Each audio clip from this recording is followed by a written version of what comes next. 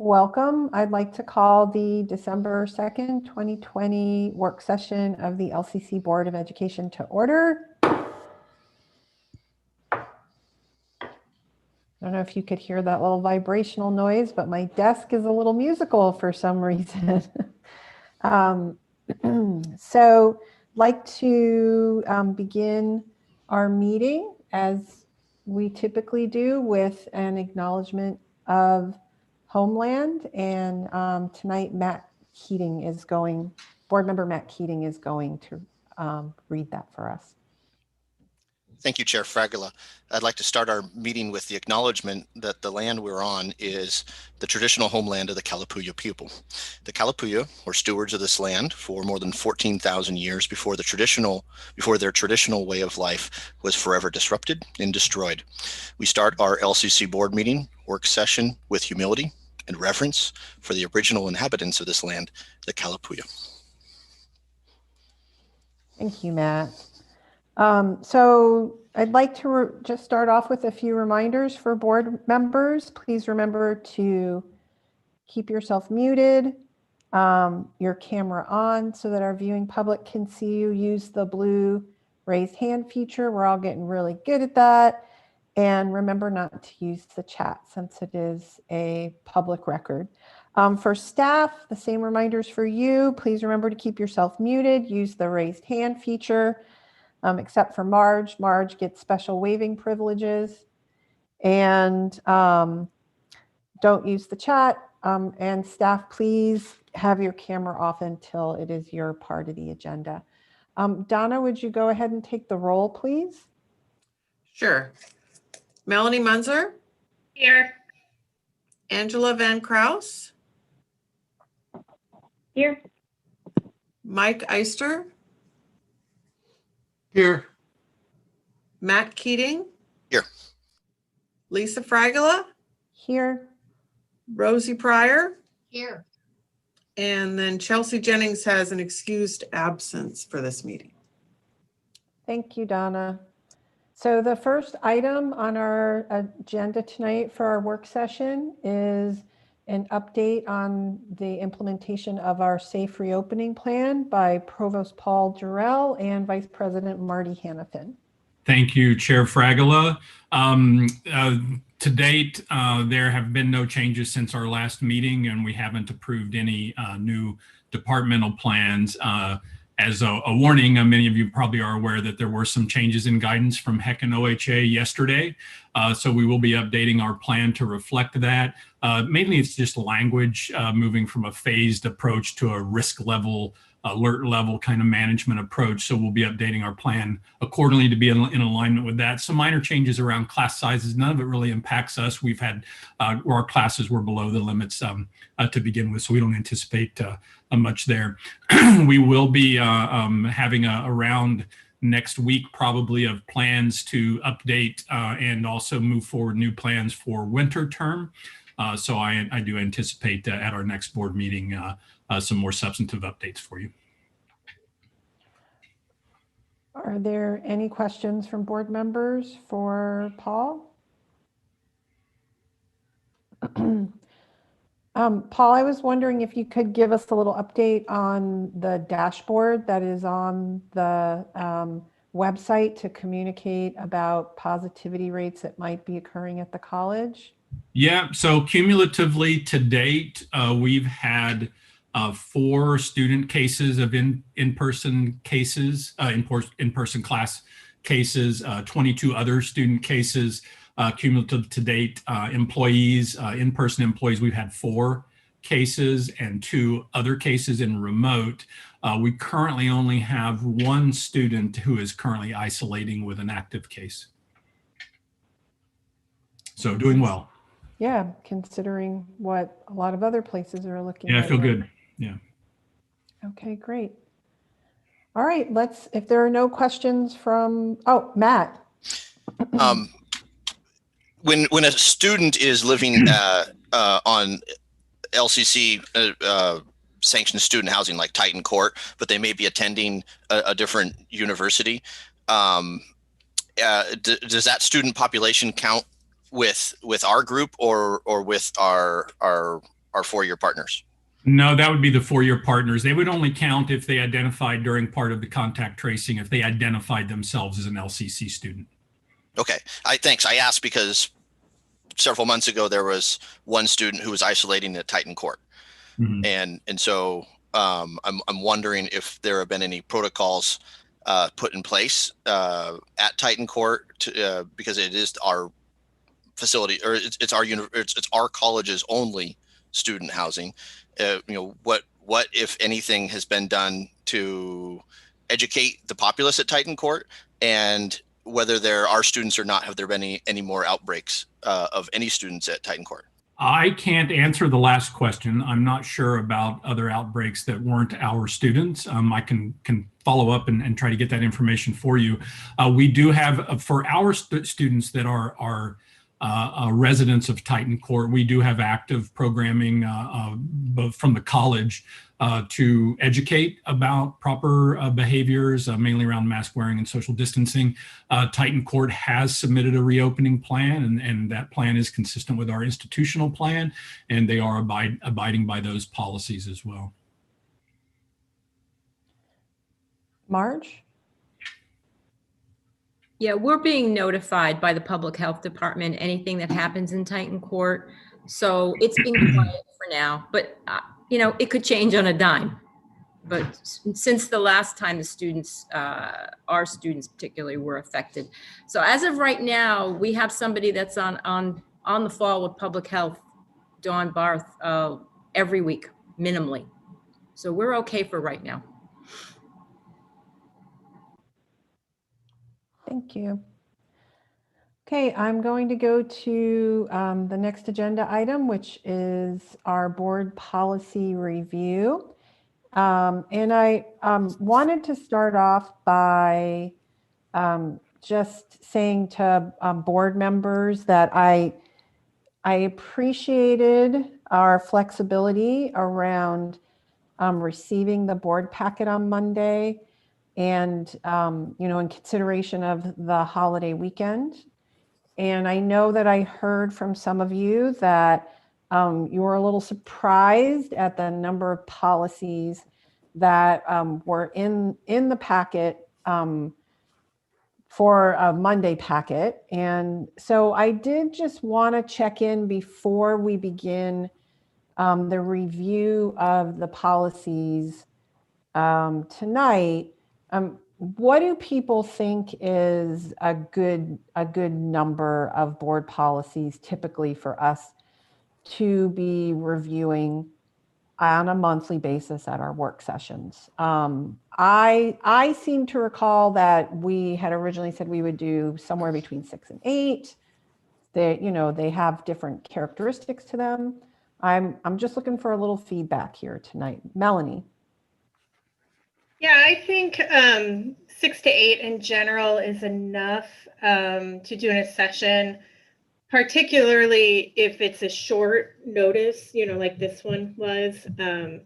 I did find this overwhelming to open this one up this time with having gotten the packet on Monday. And to be clear, I was totally fine getting the packet on Monday. I didn't have any concerns about that, but I had concerns when I opened it and I saw the number.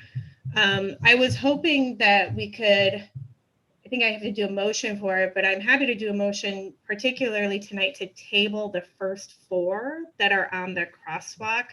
I think those just require more attention. I know that I personally have been able to give those this week, and probably more discussion. So I was hoping maybe today we could just limit it to the second 2 pages, so page 2 and 3. So then tabling 2010, 2015, 2100, and 2105 would be what I hope to do this evening. So Second, if that's a motion. Okay, thank you, Matt.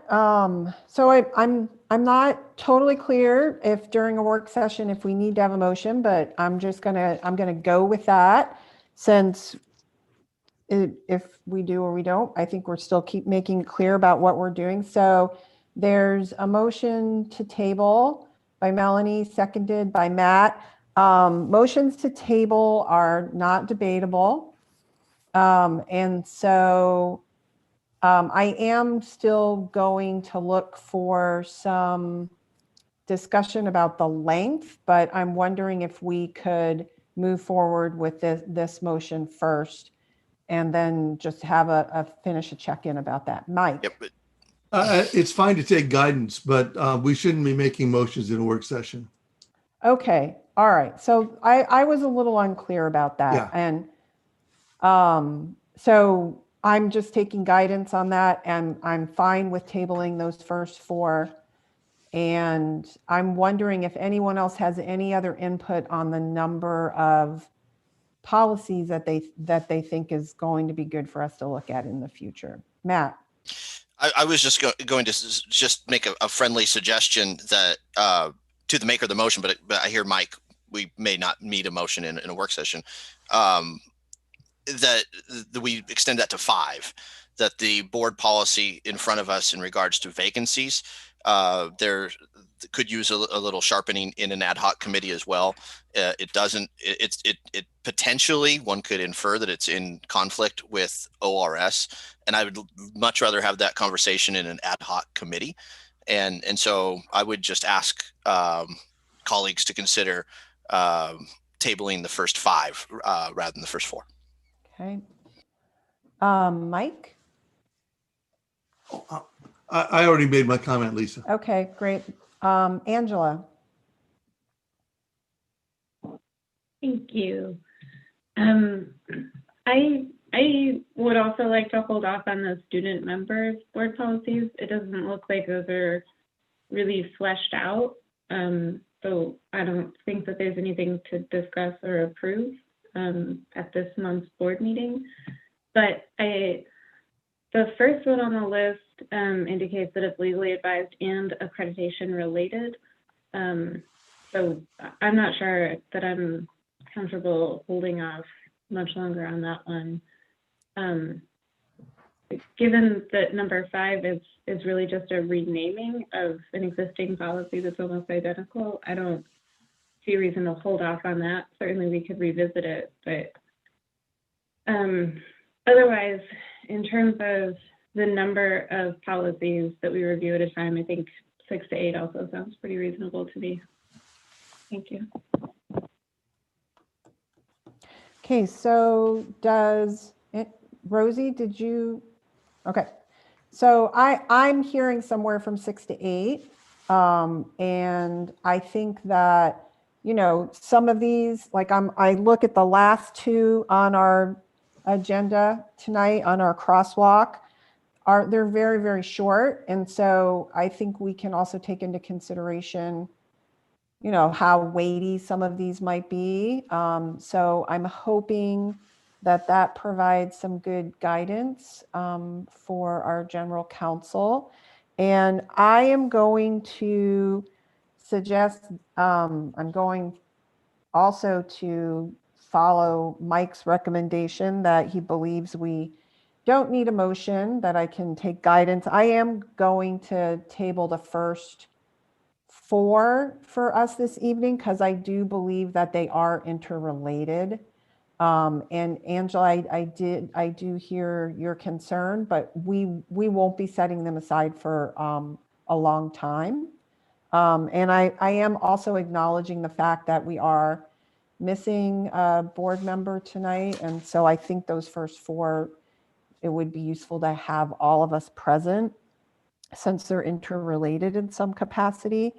That would leave us with 1, 2, 3, 4, 5, 6, 7, 8, 9 to take on if we do start at BP 2110, which I think is the one that deals with the vacancies of the board. And Matt, I am going to start us there just because the 2 are identical. And if we feel like it needs to have more work, we can discuss that tonight. Okay.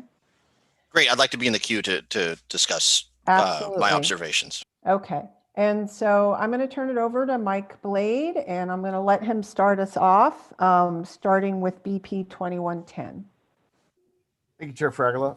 Just a couple of notes before we get started. One is to answer Rosie's question from the board meeting. I did the research about, this is about the being in non-compliance with board policy 245. I think it's the ending fund balance. I did the research. I talked to Karen Smith at OCCA, and we're both in agreement that as long as it's not legally required, there's no legal problem with being out of compliance with that particular board policy. Now, there may be some financial implications there. After talking to Marty and Zach, there may be some financial implications that we may suffer if we're out of compliance. But as far as legal ramifications, there aren't any. And frankly, if you all decided you could revoke that board policy altogether, it's not legally required. So anyway, that I wanted to settle that issue. And then the second thing, I totally get the 6 to 8. That makes total sense to me. I just wanted to remind the board that there's about 180 policies we have to go through. And I just did the quick math in my head, and that's 26 board meetings at 11 a year. So it's going to take us 2.5 years to get through these at that pace. And so the reason and that assumes we keep doing work sessions every month, right? So the reason I took this many was just these are all fairly ministerial, and I thought somewhat short, and was hoping we could knock them out. But from now on, we'll go 6 to 8. So starting off with 2110, that it literally is word for word. Now I didn't go through it with a ruler on each, but it is, if it's not word for word, it is so close that there isn't any substantive difference between LCC board policy 314 and OCCA board policy 2110.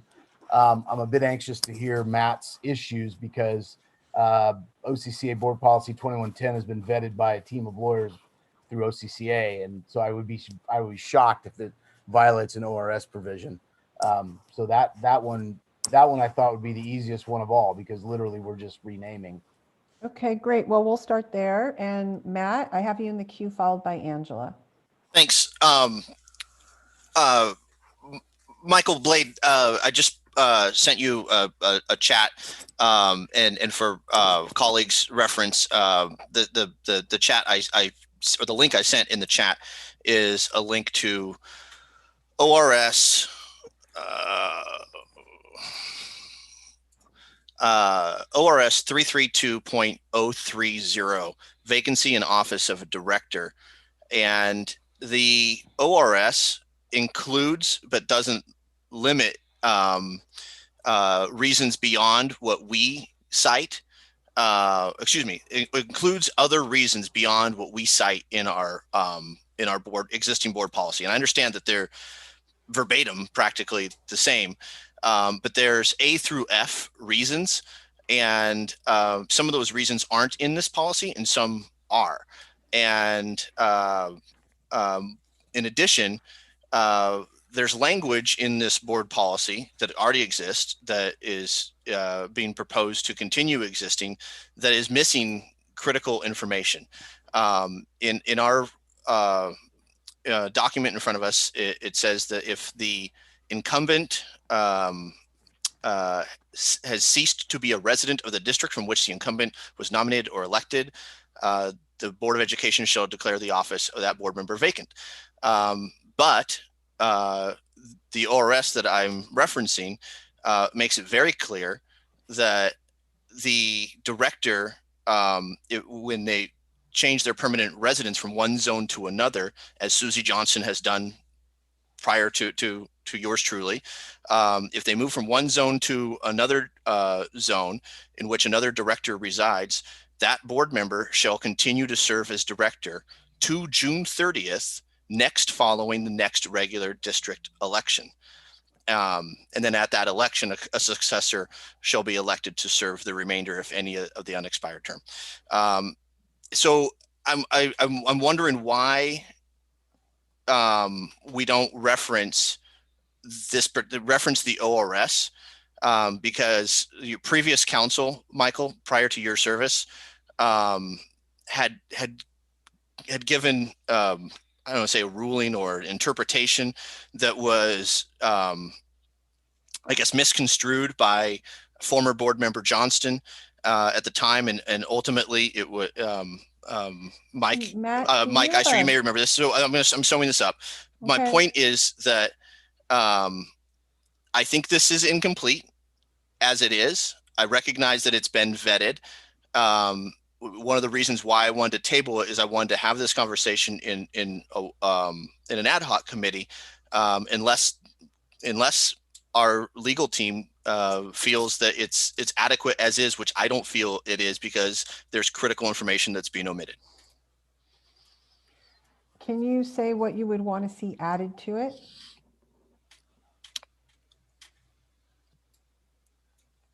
I Yeah. think just the language verbatim from the ORS would suffice. A through F. Correct. A through F, including subsections 2 and 3, which talks about when a director moves from one zone to another. So Okay. the link that I have sent you, Chair Fragala, and I've sent you, legal counsel, I think it would behoove us to have ORS a policy that directly references ORS rather than trying to recreate the wheel. That's relatively incomplete. So I have Angela in the queue, followed by Mike.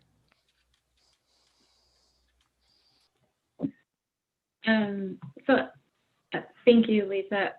I feel like we debated this policy sort of at length and concluded last year that there was a difference between district and zone, and so this policy was sufficient. The comments that I had, okay, so Mike, during your introduction, thank you for giving us that context of the policies and the pace of policies if we move at 6 to 8 policies per month. I have some follow-up questions on that.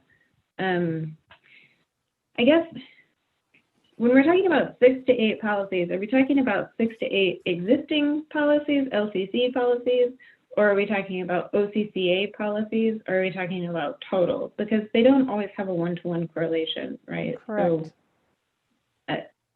So I think we're talking about the OCCA. Yeah. Correct. Mike, when you're telling us about the pace, are you talking about it in terms of 6 to 8 existing or 6 to 8 OCCA? 6 to 8 OCCA. So OCCA is 180 approximately, and I think Lane has something in the 60s.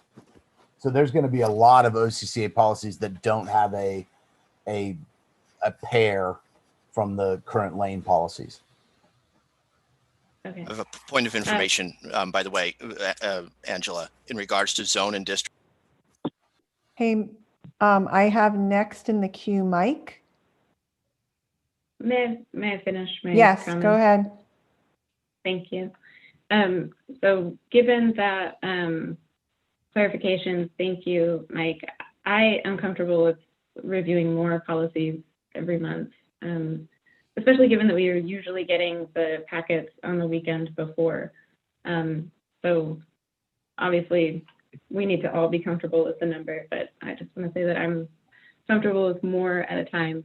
And the comment that I actually wanted to make on this policy, I'm finally getting to that, I'm sorry for the verbosity this evening, is the last line: the Board of Education will determine the schedule and appointment process, which may include interviews at a public meeting.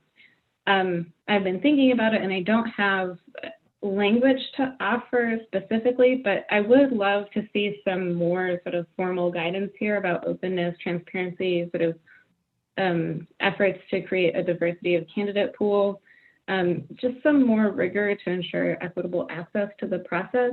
And I know that this is a carefully crafted policy provided by OCCA lawyers, so I don't want to muddle with it too much, but I would love to see something a little bit more rigorous around that. So I don't know if that's something that we can discuss at a future time. That concludes my comments on this policy. Thank you. Mike? I'd like to start by, I don't know that it needs to be in the policy, but it certainly needs to be a practice. We talked about it in a board meeting, and I thought we pretty well decided that we are going to advertise widely and solicit when we have a vacancy. The other thing that I wanted to comment on is Matt is correct, except that Susie didn't misconstrue it.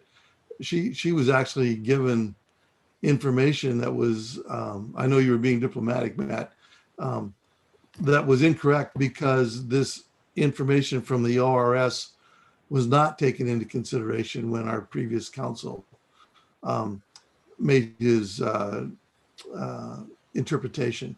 So I think it's important that information about moving from districts or zones, whichever it is included in this board policy.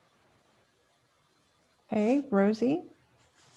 Thank you. I would like to suggest that since I have not read the ORS that Matt is alluding to, and since I agree that there may be some deficiencies in this particular proposed policy, and since we don't make decisions about these in a work session setting in any case, that I would like to have the opportunity to review the ORS in question if it will be sent to us in an email, the reference, so I can find it. I do agree with everyone's comments that there has been we have had experience with board members moving out of their zone during their term, and some confusion about how the board should conduct itself in relation to that. And so I think it would be good to have as much clarity as we can around that in a board policy, but I don't think we can fix it on the fly here. I need to be able to read that ORS and see if the remedy is there, as Matt hopes it is, and perhaps then we could finalize at our December board meeting. Okay, great. So what I'm hearing is that there is interest in reviewing the ORS and potentially including the A through F plus the, is it A and B descriptive language? So previously, when we had a policy that we did not want to move to the consent agenda, what we did was we moved it to the next work session. That wouldn't be until January. So I'd like to suggest that we are given that information prior to the next board meeting, and then we can look at this at the next board meeting. Mike? Mike Blade or Mike Geister? Mike Blade. Okay. I just, while you guys were talking, I was doing some quick research, ORS research, because I hadn't seen 332.030. Matt, you're right. That's what it says, but I think we've got the wrong ORS section. If you look at ORS 341.335, that deals with community college board vacancies. 332.030 deals with K through 12 school board director vacancies. ORS 341.335 only has A through D, and that is the ORS that deals with vacancies of community college trustees. And it's the language is parroted in the proposed 2110 board policy.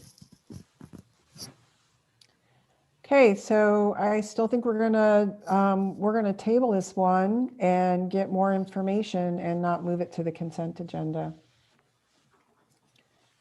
And so let's go ahead and move on to board policy 2200.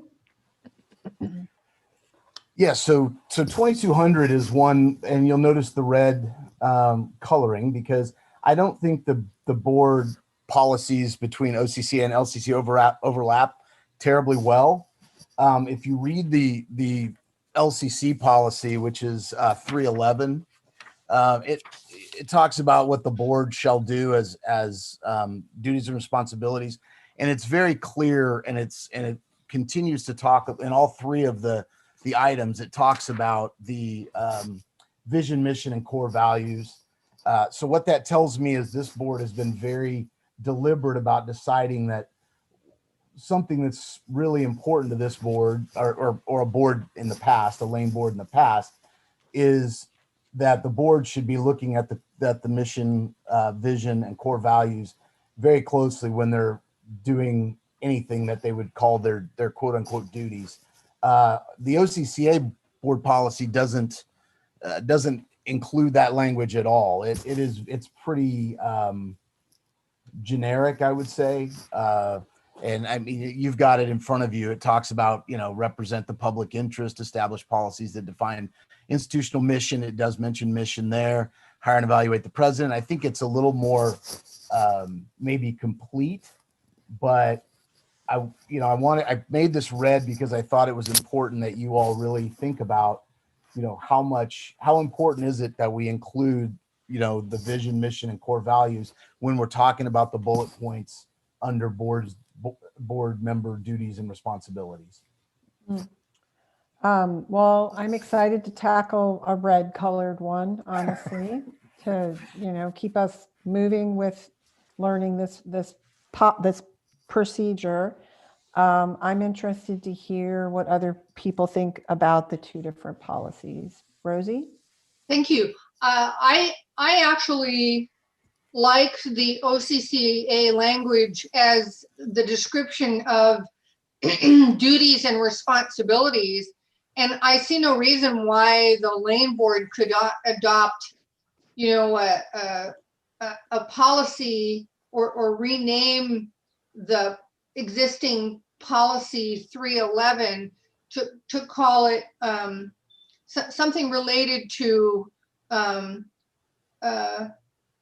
college mission or something like that. I mean, I think there's some value in pointing newly elected board members who review these policies to get a better understanding of their responsibilities, and others who may read these policies to understand what the board values and focuses on in speaking to the importance of the board tending to the adopted mission and vision and values of Lane Community College. So it could just be a separate policy, but it seems to me like we need to embrace the OCCA duties and responsibilities language, because that's more precise and more of what I'm accustomed to seeing in a description of a board member's responsibilities in a given policy board or board of directors of an organization. But I just would like to suggest we have the authority to have yet a separate policy that relates to the board's ultimate responsibility to support the college to achieve its mission. Angela? Thank you. I also quite like the OCCA policy here. I would be comfortable with adopting it and including the existing language of BP 311 in addition. But I like that sort of specificity of 2200.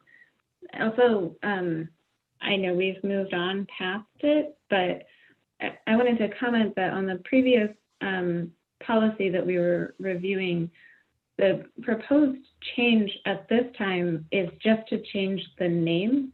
And while I do agree that it sounds like we have more conversation to be had about it, I would like to see it go to the consent agenda and have the name changed for tracking purposes, and then continue the discussion.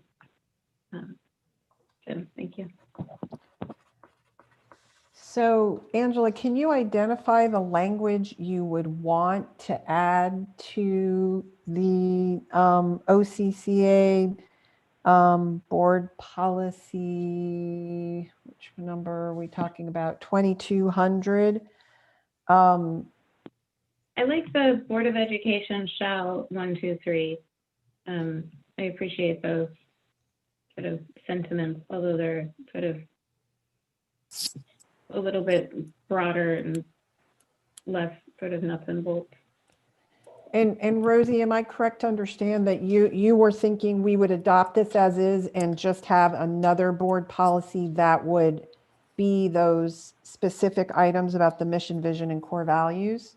Well, as I listened to Angela's comments, it occurred to me that the items 1 and 2 under board policy 311 could just be additional bulleted points in the OCCA policy language. We could just take the wording about mission and values and evaluating progress and incorporate those as duties and responsibilities, as long as we adopt the balance of the OCCA duties and responsibilities language.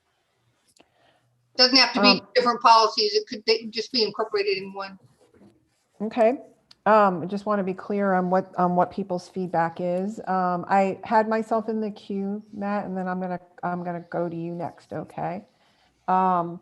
So I actually really appreciate the OCCA policy. I had to say I laughed at myself because I saw the red and I thought, oh wow, this is going to be a really hard conversation. But I really appreciate the clarity and the succinctness of the OCCA policy and prefer it. I would like to see us incorporate something about the mission, vision, and core values and our commitment to that, as well as the reviewing component. And so, Mike, I did have a question about how, if we don't adopt a policy as is from OCCA, but we want to add to it, that I mean, we're the board, we can adopt the policies, but I do know there is some advice from OCCA around this. So what's your feedback on that?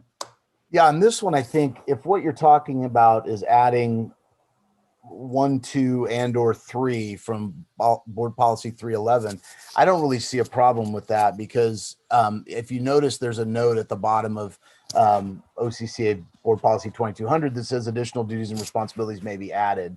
So I think as long as we're not adding something that contradicts with one of the bullet points above, or is against something legally required, then I don't really see a problem. So if this board wants to add 1, 2, and 3, or they want to come up with language for just one that kind of encapsulates 1, 2, and 3, or just wants 1 and 2, I don't see any problem with any of that. So it just Okay, comes great. down to Thank what you you. want to do.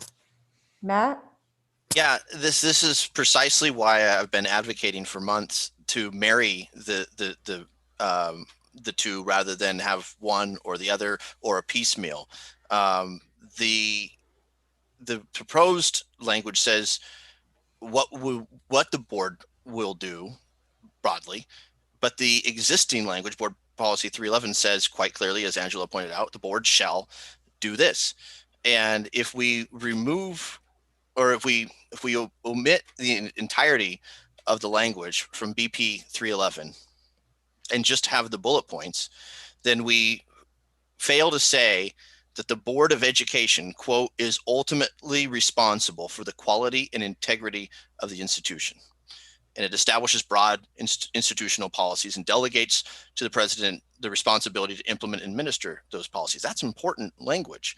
And so I do appreciate, like my colleagues have expressed, the additional OCCA language, but this is a classic example of where I think for historical purposes, or that we would keep not just the integrity of, but the entirety of BP 311, reference it as formerly BP 311 within the proposed BP 2200, and then essentially tack on BP 2200 or tack it on and adopt it as a whole, but keep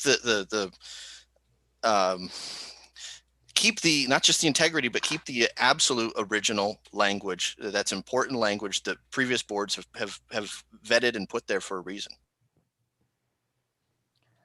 So I am hearing that we would like to take language from the LCC Board Policy 311 and add it to the OCCA Board Policy 2200. And I do think that some of what is said in the LCC policy is said in a much more succinct way in the OCCA policy.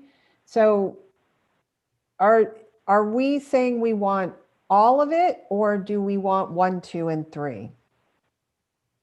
I think I heard 1, 2, and 3. I'm Melanie? advocating for all of it. Okay, Melanie? I honestly just think we need 1 and 2, because I feel like 3 is already incorporated into assure fiscal health and stability. So I'm honestly fine with just adding 1 and 2. If somebody else feels strongly about adding 3, I'm okay with it. I do think the paragraph opener is incorporated already, so I don't feel the need to restate those. So I personally am fine with 1 and 2 being the only things that get added. Okay. So I have to say, I agree with Melanie. I think that that number 3 is stated in the OCCA policy. And Mike? I'm a ditto with Melanie and Lisa. Okay, I'm seeing some head shaking. I think the thing that's not stated in the OCCA policy is that the mission, vision, and values. And so I'm going to suggest that we add the 1 and the 2 and move it forward with that. And then if we want to pull it from the consent agenda again at the board meeting, we can have a further conversation about it. You know, we need to know this is not the last time we'll ever look at this policy. I mean, this will be an ongoing organic process forever. Right. Including at the board meeting. Yes, I see. Point of inquiry then. Yeah. Then I have a question. If we're omitting the language that says the Board of Education is ultimately responsible for the quality and integrity of the institution, if we're omitting that language, then are we saying to the community that that is not our responsibility? Because one could infer that if we're no longer including language that says that the board is the ultimate responsibility for the quality and integrity of the institution, then we're not.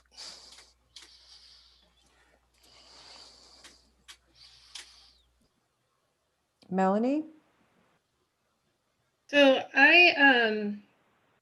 Matt, I'm interpreting these words just a little differently. So in the OCCA one where it has represent the public interest first, and then you pair that with monitor institutional performance and educational quality, that those two things combined really speak to the language that you're saying about ultimate responsibility for quality and integrity. So I think they've worded it differently, but I do like the OCCA language better because I do think it is a lot more specific and direct.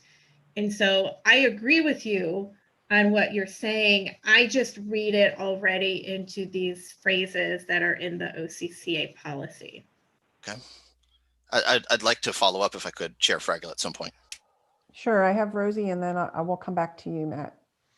I would have said pretty much the same thing that Melanie just said. I think the fact that you don't read some specific words does not automatically mean that the board does not see itself as charged with ultimate responsibility. I think that responsibility is replete through all of these board policies. Matt?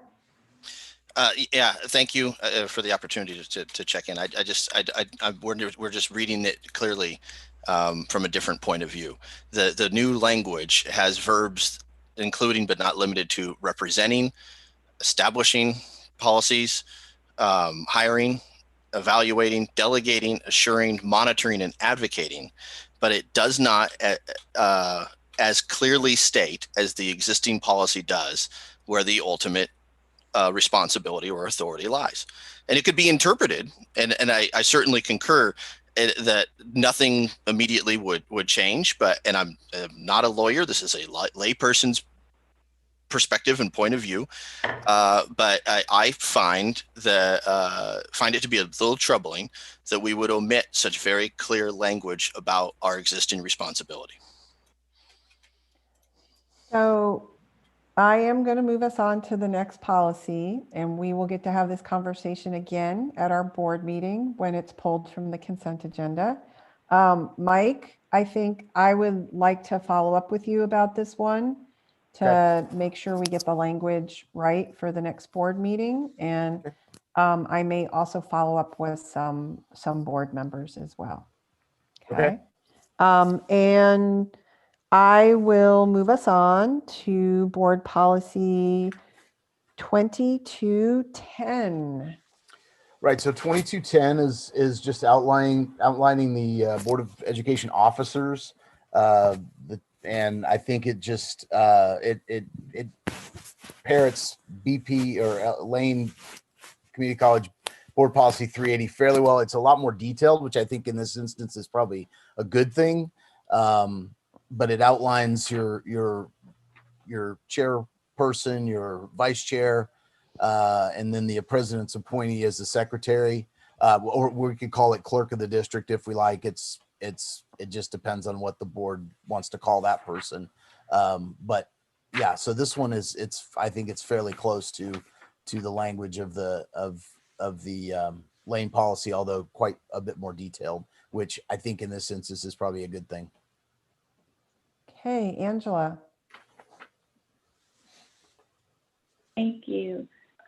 Yeah, I also, I quite like 2210. I like that it spells things out more clearly.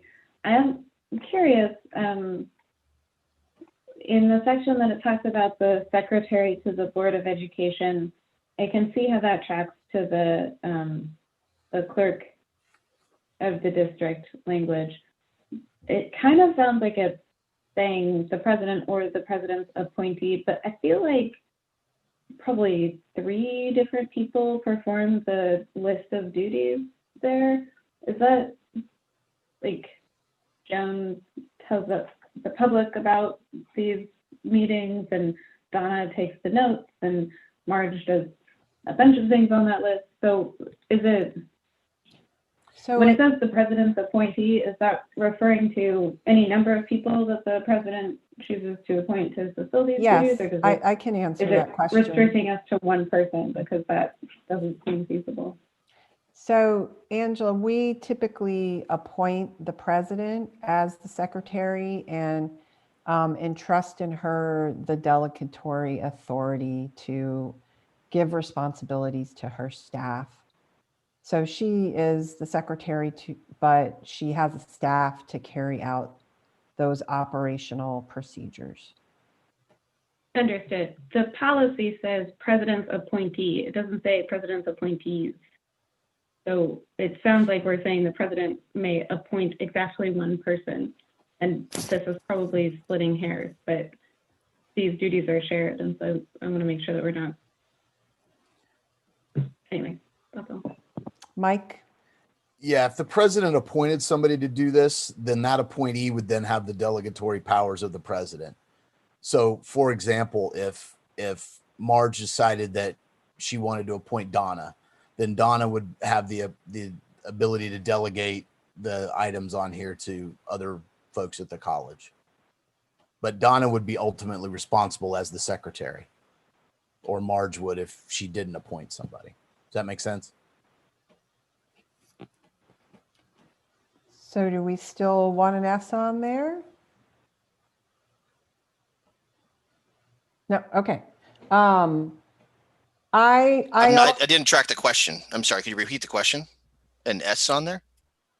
It's okay. There was a head shake. No, we were deciding between a plural or a singular noun. Okay, and thanks. I think we're good. I think we're good with the singular. So I am noticing that we can also add some things to this, additional duties and responsibilities. And I guess, or maybe not, it wasn't on this one. I'm assuming we can add additional duties and responsibilities, correct, Mike? Yes. I mean, as long as they don't violate an ORS. Right. I actually am wondering about if it's necessary to or appropriate to add language that indicates not limited to, that there might be other responsibilities, or is that inherent to an understanding that there may very well be other responsibilities? Michael Blake? We could certainly add that type of language.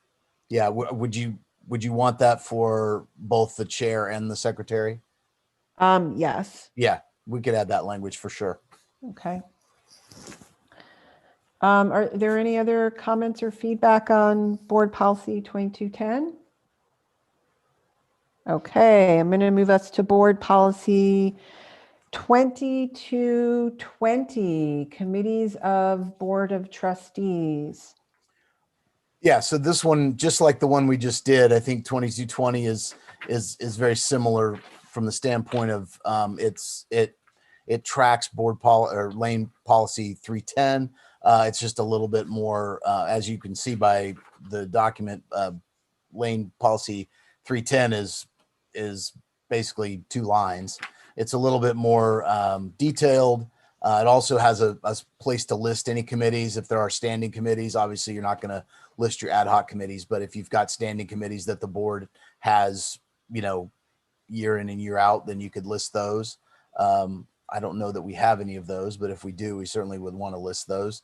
But yeah, so it's very similar, but a little more detailed, which again, I think is probably a good thing. Okay, Angela, and then Melanie. I'm very talkative this evening. I'll try to keep it brief. So my question was about codifying every ad hoc committee. Mike, you said obviously we don't have to list out every ad hoc committee. I'm not sure how that's obvious. And so I guess I'm just curious about that, because yeah, if you could tell us more. So when you've got ad hoc committees, sometimes they're around for months and months, and sometimes they're around for one issue in one week. And I don't think the board needs to add time to every board meeting to go over this particular board policy to add an ad hoc committee that might be looking at one issue. I mean, as an example, earlier when we were talking about the very first one, and Matt brought up the idea that maybe we need to have an ad hoc committee to look at it, and maybe we will do that, but that would probably be a committee that would meet once, maybe twice, decide what was going on and report back to the board. And does this board really want to have it at their meeting a discussion of this particular policy to add and to approve an addition of an ad hoc committee? I just think that's not necessary here. I think if you've got a standing committee, whatever that standing committee might be, maybe it's equity and inclusion or something like that, where you're going to meet over and over and over again to use the equity lens to look at various aspects of the college or something like that, then it would make sense to include that equity and inclusion committee. But if you're just talking about an ad hoc committee that's going to be around for 1, maybe 2 months, then I don't think it's a good use of the board's time, especially considering, how busy this board is as far as with as much stuff as you all look at. I mean, we're meeting twice a month, right? Just so that we can get through it all. To add 5 minutes to every board meeting, I don't think that's a good use of your time. That being said, you certainly could do that. And we could have a list of standing committees and ad hoc committees. So I think you've addressed the concern that I was trying to raise, that I don't want to address this policy at every board meeting to update our list of ad hoc committees. But the way that this policy is worded suggests to me that we ought to. So I'm wondering if we could revise it to say something like the Board of Education has established the following standing committees, or something like this, to make it clear that it's a list of regularly recurring committees and not a list of all committees, including ad hoc. Melanie? Yeah, mine was actually very much related to what Angela was suggesting. I was going to suggest that we add a couple words. So it's I would say the Board of Education may by action establish standing committees if we wanted to also say and ad hoc committees, but I don't want to have to vote every time we also establish an ad hoc committee. I like that being the chair who can just kind of establish ad hoc committees and then making it clear that it's the standing committees that are on the list. I do think that that would clarify things since we do use ad hoc committees so much now. It could be confusing to somebody, especially in the general public, if they're reading this, why we're not listing all the ad hoc committees. So I agree with what Angela was saying. Matt? I'm not necessarily tracking what the difference. I mean, I get the difference, but like why we have to codify the difference between an ad hoc committee or a special committee or a standing committee. My concern, however, is more in whose authority it is to establish said committee. By tradition, we have long adopted the practice of the board chair being able to establish a committee, whether it's an ad hoc committee or a special committee. And we've blessed these standing committees appropriately. I would be a strong proponent of allowing for some flexibility, considering we meet monthly and there's 1 month in the summer we don't meet, allowing for the Board of Education and or the board chair may establish committees it determines are necessary to assist the Board of Education in its responsibilities. That right there allows a great flexibility and empowers the chair to make some necessary decisions at a time when it may not be in everyone's interest to call a meeting of the board to talk about a potential issue that's on the horizon. So for short-term and long-term success, I would want to empower the chair to do the same as what is written in front of us and suggested in BP 2220. Melanie? I do not want to empower the chair to create standing committees. I think that that has to be a board decision to do an ongoing standing committee like we tried to do before, right? I think those have to be board action. I completely agree that the chair should be able to establish ad hoc committees based off of immediate needs or initiatives. But it's one of the reasons I like specifying either standing versus ad hoc in here, because I think it can be confusing because of how we've done committees. But I do not want to give the authority to the chair alone to establish standing committees. So I think that I had a similar question because our practice has been for the board chair to establish ad hoc committees. And so I do think it would be important to clarify that in the policy so that practice is part of our policy. And so I am wondering if we leave the language to the Board of Education by action establish standing committees, and then we might also add a second line that the Board of Education chair may by action establish ad hoc committees. Rosie? Thank you. I personally would prefer to lay the language exactly as it's written. I find it hard to recollect an ad hoc committee that the chair has established without some discussion with the balance of the board. And I don't even think ad hoc committees established solely at the behest of the chair is a very good idea.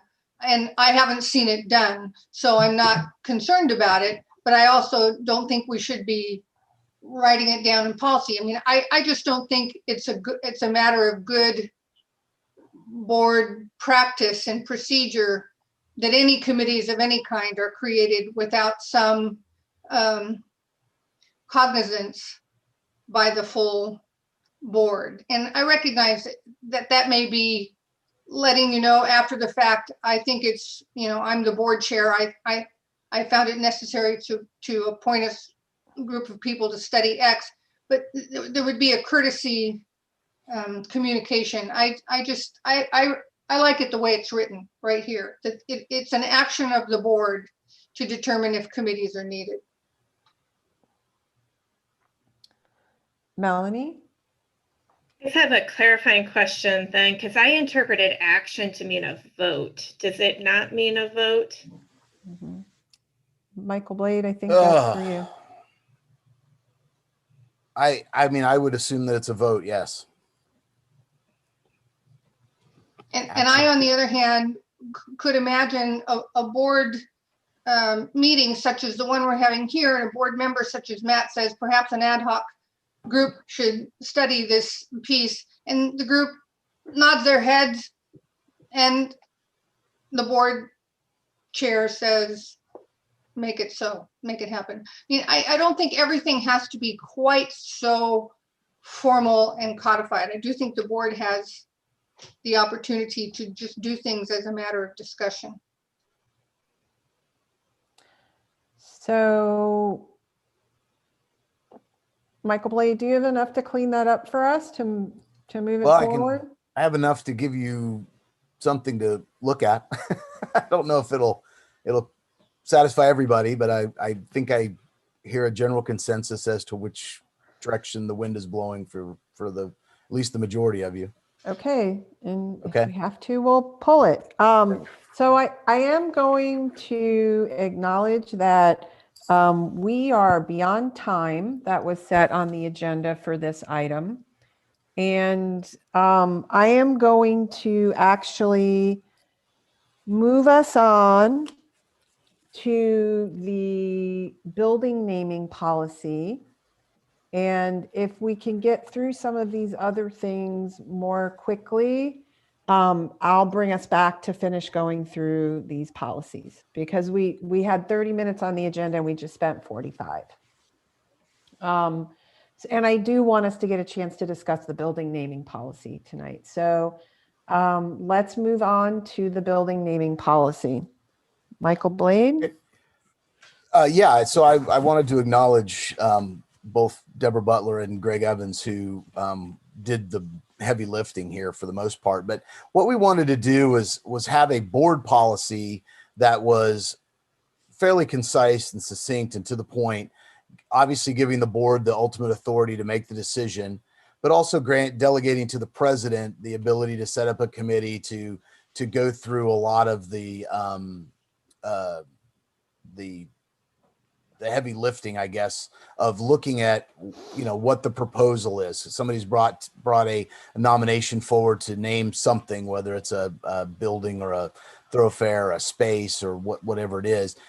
The president then has the authority to establish a committee. The committee can go through all of the heavy lifting of deciding if this is something that we want to bring to the board, and ultimately bring that recommendation to the board, and the board make the final decision with plenty of time for them to discuss and that type of thing, rather than have a huge 3 or 4 page board policy. Have something like what is proposed, and then have a procedure backing it up that describes the steps that would be taken by the college administration and the committee, which I'm sure would include faculty, classified staff, students, maybe even members of the community. I'm not sure how the committee would be, who would be on that committee, but you would be granting the president the ability to come up with that and then bring it to the board in the end for approval or denial or more discussion or whatever the board decided to do. Okay, I have Angela in the queue. I have so many notes on all of these policy things, so I have questions galore. Thank you. So for this policy, I love this policy. I think it's great. I'm delighted with it. There's one thing I would like to add at the end, and that is that the committee who's considering these nominations and providing recommendations to the board would provide a fairly comprehensive report of the process that they went through to the board and how the recommendation was arrived at. So this policy indicates that the committee shall go through it and that the final approval goes through the board. And I think it probably implies that we would receive a report from that committee, but I would like it sort of specified that we would receive a report. So anyway, love the policy. Thank you very much for the work done on it. Thanks, Angela. I have Greg Evans and then President Hamilton. Thank you, Madam Chair. I apologize for being late. I couldn't get into my email for some reason. It's stuck on November 30th. But no, I just heard the tail end of what Mike was presenting. And I think it's pretty consistent with the draft that I worked on last week to put this together. And so, you know, moving most of that text over into procedural language instead of policy, I think is a good thing. Marge, you had your hand up before. Did you want to go ahead? I think Greg said it very well. There's a lot of procedural things to this, and we'll follow up with that. We can bring a copy of that based on tonight's discussion. Meaning that this isn't the only policy. There will also be COPs, right? There will also be operational policies that will be part of the colleges. Yeah. Yeah. The intention is to keep a policy, and then have academic procedures that back them up. But there was my goodness, this started out pages and pages, and the intention was to create a policy that then directed procedure, and that will follow. Mm-hmm. Okay, I have Rosie and then Melanie. Thank you. I like everything in this proposed policy conceptually. I like the approach conceptually. I have some high anxiety about the degree to which the College Board of Education delegates responsibility or even process around naming of facilities to persons other than the Board of Education, and I want to explain why. Naming opportunities are a real lever in the development work that the College Foundation can do in the years to come. And I don't want ever to be responsible for creating unhappiness or discord between very legitimate interests in naming a space or a facility for someone, as opposed to reserving that opportunity as a potential for fundraising and for Lane, so that we can expand our ability to achieve our mission.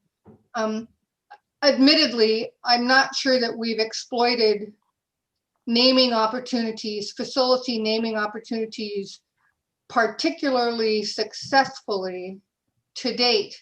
However, we are, even as we speak, having conversations about how to take Lane Community College's development work to the next level.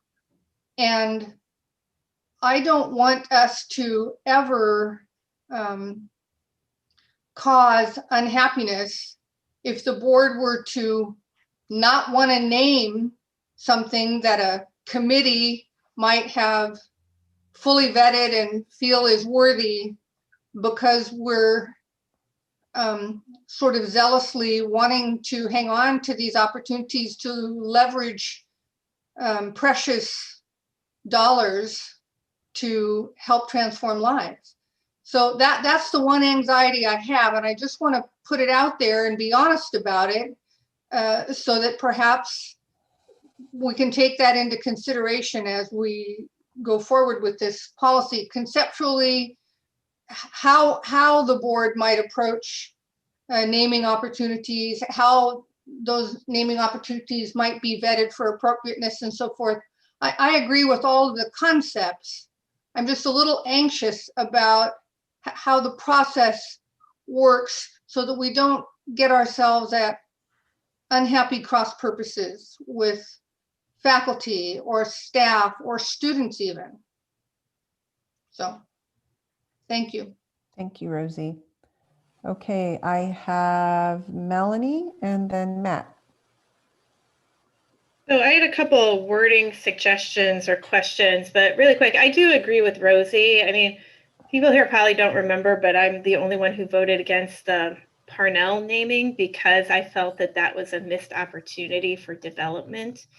And so I agree, it's trying to find this right balance of figuring out how we can take better advantage of naming opportunities for people who have made significant contributions to the college, but then also wanting to honor those who have made significant contributions in other ways.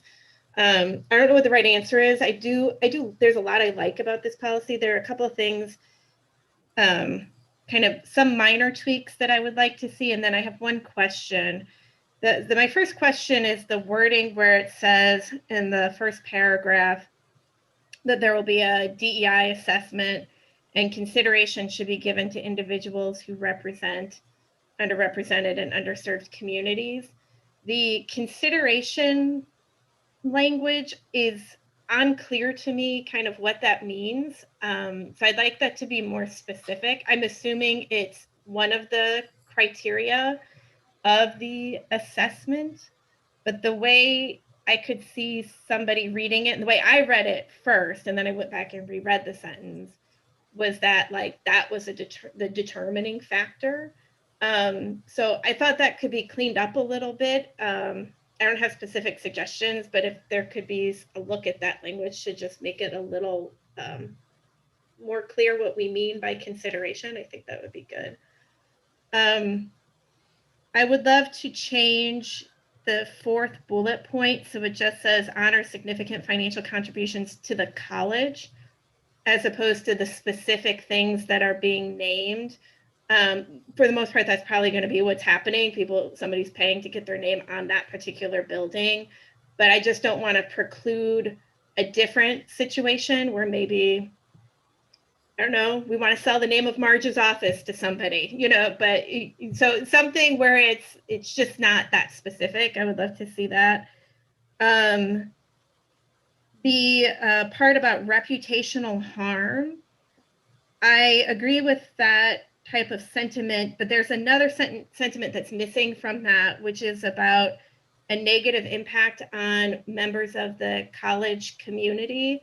So it could be that we might actually have reputational harm for putting the name of a terrible person on one of our buildings, but it actually could have a very deeply personal impact on some members of the community. So I've been through this a lot with my current job with some of the names where it's not necessarily reputational harm, but it is a disproportionate impact on some members of the campus community. So somehow recognizing that also in there, that it could, some negative impact on the community would be good to have that sentiment in there. Those were mine. Okay, Marge, do you need Melanie to send those to you or? Sure. I think I've captured most of it, but Okay. if you got it in writing or just scan it to me, that's fine. What I am hearing from the group is don't create solos that it has to be done this way. Give the board the authority to ultimately make the decision. And also, when we look at the wording, don't set the board up so that they have to decline something sent to them. Like, I think I hear you, Rosie, and I want to give it some thought. There are ways to do this. What we're trying to do, and I can't speak from Greg, I'm going to let him speak for himself, but I think we're trying to make sure, though, that we change the way we look at namings, because right now we are not diverse.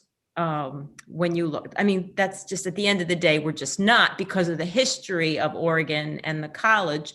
So we want to make sure that when we go forward, we're very conscious of that. And I am sure we are. So I think all of us understand the charge here.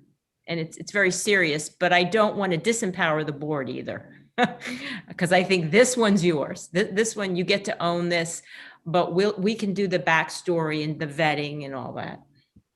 Greg, you want to add anything else? Well, you know, and part of the reason for some of the pieces in here, like the composition of the committee coming from the facilities council, the addition of having we don't have a committee. So that's one thing right there. And so students are not involved in this. We don't have the foundation involved in this. And so the way that I, developed it and drafted it was to make it as open and as transparent a process that we could have. And I understand Rosie and Melanie's concerns.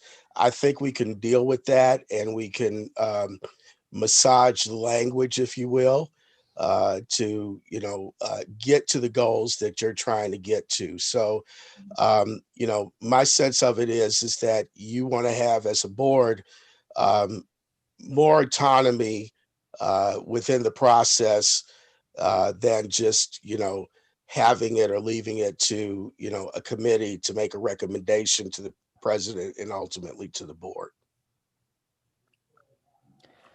Have I captured that? I think that's a good summary. And I think that I am very interested in ensuring that we do create representation and greater diversity in the names that are part of and associated with the college. So I want to make sure that it's a policy that is going to move us forward on that goal, which we have all supported. And I do think that the board does need to also have the power to move things forward for development reasons. But I want to make sure that we honor the original intent around why we started to make this change. Marge. Yeah, one more comment, and that is that, when I came here, it struck me that Lane primarily is a building of is a college of numbers, 37 numbers. There's a huge naming opportunity on this campus, and it's not something that is inviting, this number system. So this board has a huge opportunity to make an impact on the community and on the college. Even the Longhouse. We just call it the Longhouse. Yeah. It deserves a culturally appropriate name. Yes, and there's a long history of a gentleman who worked for a decade to get it funded, and his name is not represented there. So there's definitely room for improvement, and we're going to work hard and bring you a policy that we think will help achieve all that. Great, thank you. Matt. Yeah, thanks, Dr. Hamilton, for bringing that up, because I was going to mention the very first time that a newly hired President Hamilton and one of her board members went on a blitz through the campus. And I remember you asking me if I was from New York because of how fast we both walked. But we pointed out that there's number after number after number. And I remember after going through the theater, dance, and music building and looking out over the fields, recognizing that there's a real naming opportunity for virtually everything and anything on campus. And I think far too long we've missed out on those opportunities. The Longhouse is a perfect example of there possibly being a recognition of the Kalapuya people as a Kalapuya Longhouse. But I wouldn't also want to take away from the great work that folks poured into, whether it was raising money or just the sweat equity to make something as significant as our Longhouse shine. I did have some heartburn. And before I say this, I want to say thank you to Greg and to Deborah and the team that poured their great work into this proposal. But I did have some heartburn in the first sentence, recognizing the financial contributions before the historical impact of individuals whose contributions have had a significant impact on the college, because the financial contributions are then reiterated in the fourth bullet point And I concur that fourth bullet point should be more vague as to supporting the college's mission rather than particular places. Again, the sky's the limit about what we can or how we can honor folks who have given any level of contribution to this institution. I do have a question about the second to last sentence, that the committee shall also be charged to perform research and inquiry to assess the appropriateness of the proposed name and prevent naming that could cause embarrassment or reputational harm to the college. To whom? If we're going to recognize elected officials, there may be 48% of the population that may not agree with a particular elected official. And so I'd like us to recognize that the reputational harm or quote unquote embarrassment or appropriateness does not have to be 100% unanimous. That I would hope that a future Board of Education would find some common sense in that final or in that second to last clause. However, it does beg the question, would this committee or should this committee be the body to bring forth to the college a potential name change of the very institution for which we all represent, considering the potential embarrassment and appropriateness of being named after this entire county, for that matter, after a slave owner and a known racist.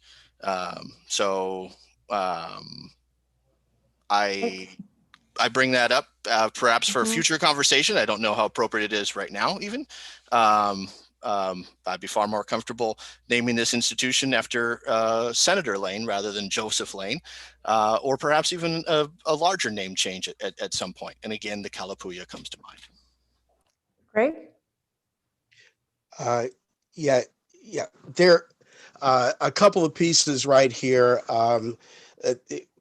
Matt makes some good points, and there are sticky situations that we have to navigate with naming. One reason why, wrote in the policy about, causing embarrassment or reputational harm to the institution is because, we've seen over the last few years institutions that have had to go through denaming processes. And I think that was in the last 5 or 6 years, that was totally new ground for people to be thinking about, the reputation of the people that you've named certain buildings after or spaces or whatever.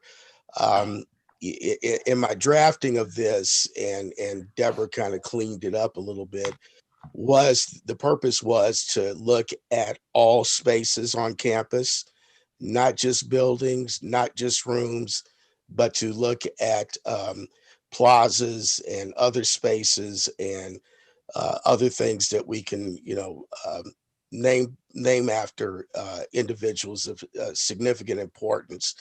But the thing is when I started thinking about this, I said, we could get somebody that wants to propose that, somebody like Jeffrey Epstein be named a building or a space named after him. Well, we kind of know that would not be appropriate.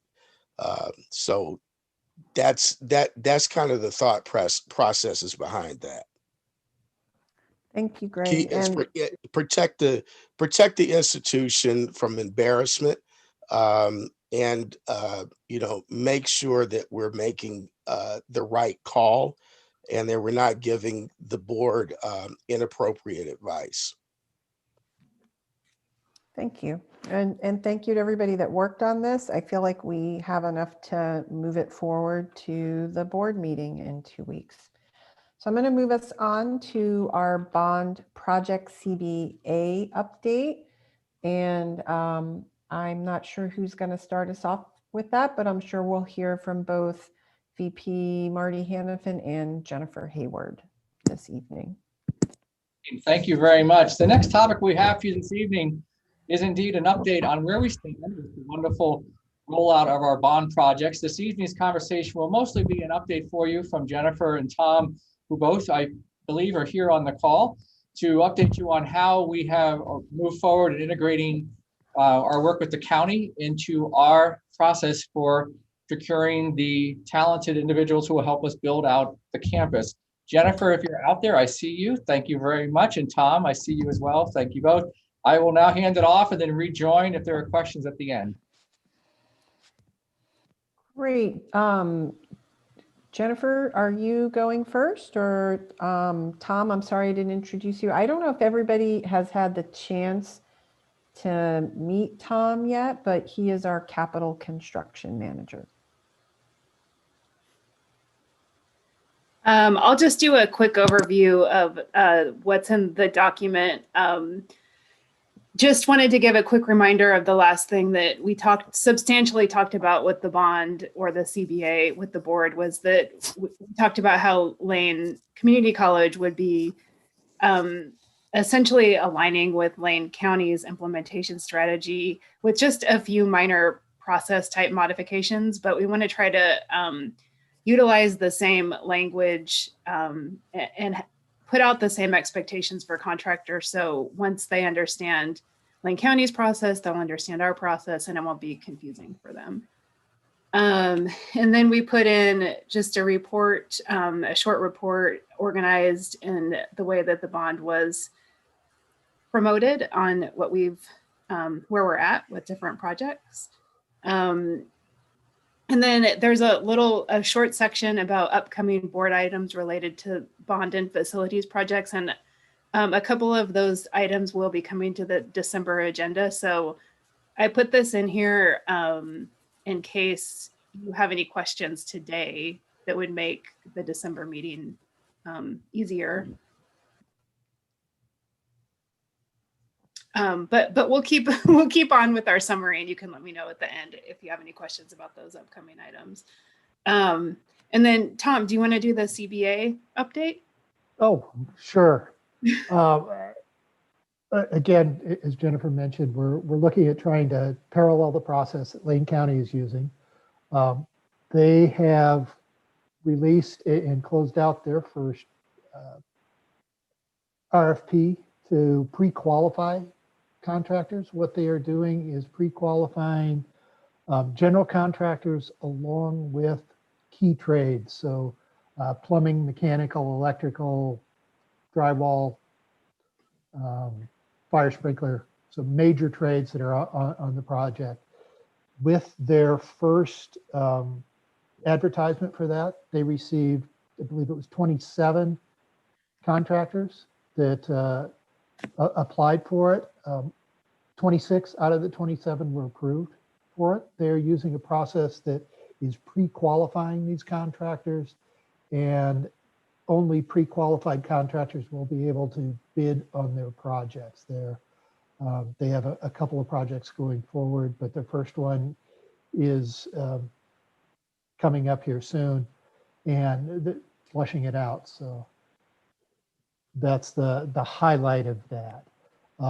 They are looking at the key factors are being able to pay the living wage for workers, full family health care for full-time workers, as well as the contractors must participate in a state-approved or federally registered apprenticeship program. Did I miss anything, Jennifer? No, I think you got it. I mean, there's more details in the document, but we don't need to go over everything in detail. So if you have any questions or comments.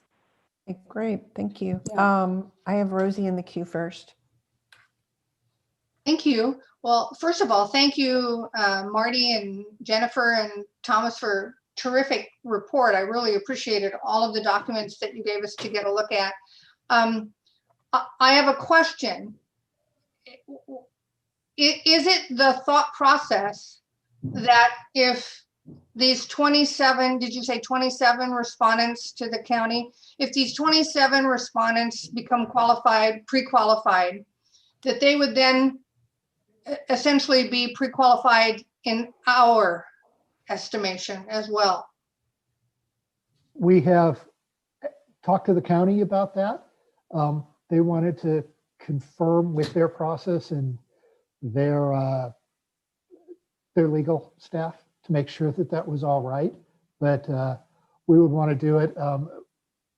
what we do want to do is try and make it as similar as possible so that if a contractor does get pre-approved for the county, they can pretty much be assured that they would get pre-approved, be approved for us. Tom, that's exactly kind of where I'm aiming with my question. Given the state of the economy and given the lack of capacity for copious amounts of paperwork and process, I would really like to lobby my colleagues that's an appropriate process step for this board to embrace and endorse. That if contractors, local contractors satisfy Lane County's process, and we've had a lot of background about Lane County's CBA requirements and their process steps and so forth, that we create an environment where there's a seamless opportunity to move over and bid for LCC work as well. I mean, I would really like to jumpstart every contract we can, every bond-funded contract that we can get out, we need to get out ASAP. That's our role in terms of economic support during this time in history. Angela? Thank you. Welcome, Tom. Welcome to your trial by fire at this meeting. Thank you for this report, Jennifer, as well. I also had a question about the pre-qualification process. I'm assuming that there's, I guess as I was reading it, I was wondering why we would not utilize a pre-qualification process. And so I'm assuming that there are a number of reasons and advantages. I think Rosie has identified one. I'm wondering what the sort of background is around that recommendation. If you could just sort of tell us a bit about how you arrived there. And then I have a few other sort of dull questions, like what is OSHA 10 and why only full-time permanent employees, and what does set aside mean for the COVID $50,000 threshold, and why is it a $50,000 threshold? What's the significance? Let's start with the first one. Jennifer or Tom? Tom, do you want to get the first one about why? Okay, why? Pre-qualification, what the county is looking at doing is they are pre-qualifying a group of contractors, and they will have what is called a design bid build process. So the designer creates the documents and sets everything up as a hard set of documents. Contractors take that, put numbers to it, and submit a sealed bid to the county. The lowest bidder wins that straight out. For many of our projects, we are looking at using a CMGC process, a construction manager general contractor, where we bring in the general contractor, construction manager during the design process so that they can give input into constructability, cost matters, and help understand the entire design process. For us, when we use that design or the CMGC, rather than a hard bid, we come to an agreed to price through the process. We would use our design, our selection of the CMGC, which is more of a quantitative or qualitative based approach of selection rather than the hard bid numbers. We would include these same elements of the CBA into our pre-qualification process, but we would also have other qualifications based on things like, do they have experience working on a campus, or to the specific building type we're doing, things like that would also be rolled into those qualities. I can address the OSHA 10 and the COVID question. So OSHA 10 is a 10-hour safety training for construction. And most contractors only give that training to their foremen and supervisors. They don't give it to their field workers, their field trade workers. So requiring them to give the training to their full-time full trade workers is a huge step. I mean, it's already a really big step. So, so I think it's kind of like, let's just do this one thing. And then if we decide later we want to include part-time trade workers in that too, we can, but we're just trying to not bite the whole apple at the same time, but we're taking a really big bite of the apple with just requiring full-time trade workers, because that's not typically done. And then the COVID thing was an aspect of Lane County's plan. And what it means is that contractors who are going to work on the project have to, any subcontract that's at $50,000 or less, contractors have to make every effort to find a woman or minority-owned business to do that portion of the work before they look to other businesses. And they can and should do that with contracts over 50,000. But what the CBA is going to state is that they have to for 50,000 and under. And that's kind of a typical state thing that a lot of agencies also do. Wasn't there one more in there, Angela? I think it was just, why is $50,000 the threshold? And Jennifer, I think that you've addressed that as well. I think I'm still a little bit unclear about how Lane Community College is using the same strategy of pre-qualification, but without pre-qualification per se. Well, Tom talked about when we're using the CMGC process, it's just different than what Lane County is doing since they're doing a design bid build. But when LCC does do a design bid build project, which we will do eventually, they're just not in our first few projects. Our plan is to put out the invitation to bid and say within the invitation to bid, you have to certify that you meet these three things, just like Lane County did in their pre-qualification process. But rather than doing it as two separate processes, we're just going to do it as one process. And the reasoning is to make paperwork simpler for us. I think it'll make it simpler for the contractors. And we don't want to, like, let's say we do a pre-qualification process in December, and then the actual invitation for bid goes out in January or February. We don't want to disqualify people who weren't quite ready to fill out the form in December, but would have been in January or February. So we wanted to be inclusive was our thought process. And we talked to Lane County in depth about, why they chose that way. Could it have been the other way? And they're like, yeah, I mean, either way is fine. We just chose it this way because it makes the bid opening process a little bit shorter, because you don't have to look through all of their forms and check off that they checked all of the boxes. But we're just thinking, we'll let the bid opening process be a little bit longer and we'll do it this way. Mike? Yeah, I just wanted to remind us that we did work closely with Lane County as we developed this. And I think we were heavily influenced by their work.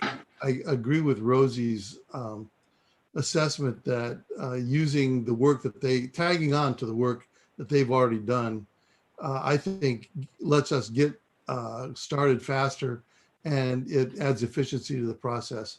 And then finally, I was just going to comment that the CMGC process can add flexibility to the college and gives the college a bit more standing for holding the contractors accountable, I believe. Okay, thank you. Rosie? I just want to compliment all of you for your focus on trying to make the processes as streamlined as you can. You may think you're making it streamlined for yourself, but to the degree that you make it streamlined for our contractors, that's helpful also to a lot of families here in this part of Oregon and beyond. There was a point in your explanation about COVID certified bidders and needing to ensure that the opportunity has been provided to minority and women-owned businesses. is it your understanding that the county is making any effort to try and do some outreach to identify minority and women-owned businesses so that that work once again can have been done? There might be a list available to a contractor of minority and women-owned businesses that they could touch base with to determine whether or not they have the capability to do a contract like you're describing. Are they making any effort to find them? We haven't discussed that with the county, but there, I mean, it is online on a state webpage. You can search by county and by trade.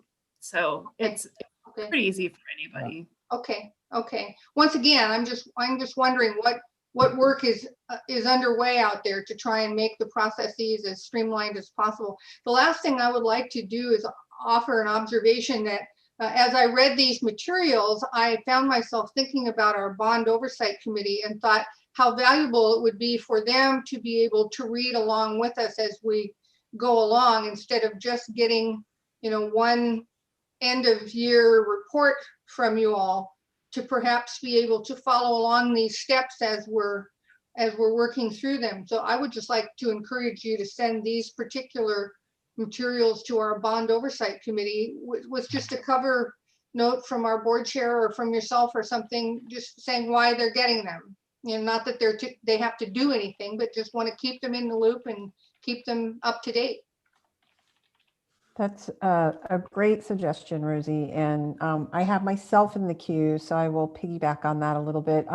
One of the things I have discussed with Marge is that the first meeting of the Bond Oversight Committee, that they will be getting some training. And I think having information on the CBA is an excellent idea and could be part of that. I'd also like for them to get information about our equity lens and cultural competency. So I think that first meeting will be a great opportunity to provide information for that oversight committee. I did have a question for Jennifer and Tom. First of all, I just wanted to appreciate everybody for all the work done on this. I agree very strongly with Rosie. I feel like we should be collaborating closely with the county because we can get a lot of oomph out of the work that they've done, and we can also make it easier for local contractors. So I appreciate your commitment to that collaboration. That being said, I do think we don't have to do everything exactly the same as the county. And I notice in the document that we're only going to be applying the CBA to contracts are 1 million or greater. And I don't personally feel that was the intent of this board, that we apply the CBA only to contracts of $1 million or greater.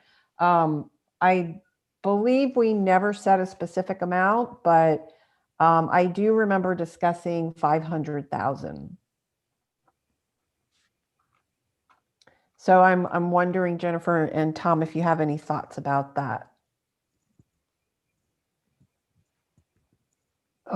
We started with the same, the county has started with $1 million. I know when we talked to them, they also are considering whether they wish to drop that cost down. There is a certain level of cost to implementing these things.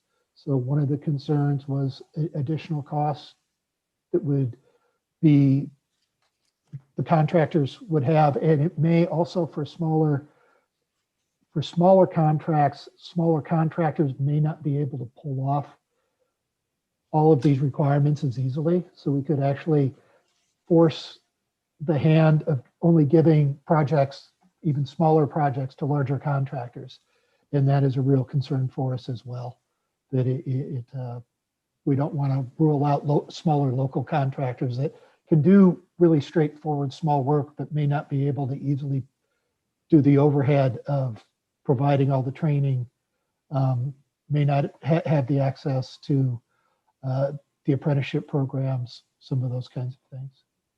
So then what does it mean for the subcontractors? And I noticed the word says major. How do you define major subcontractors?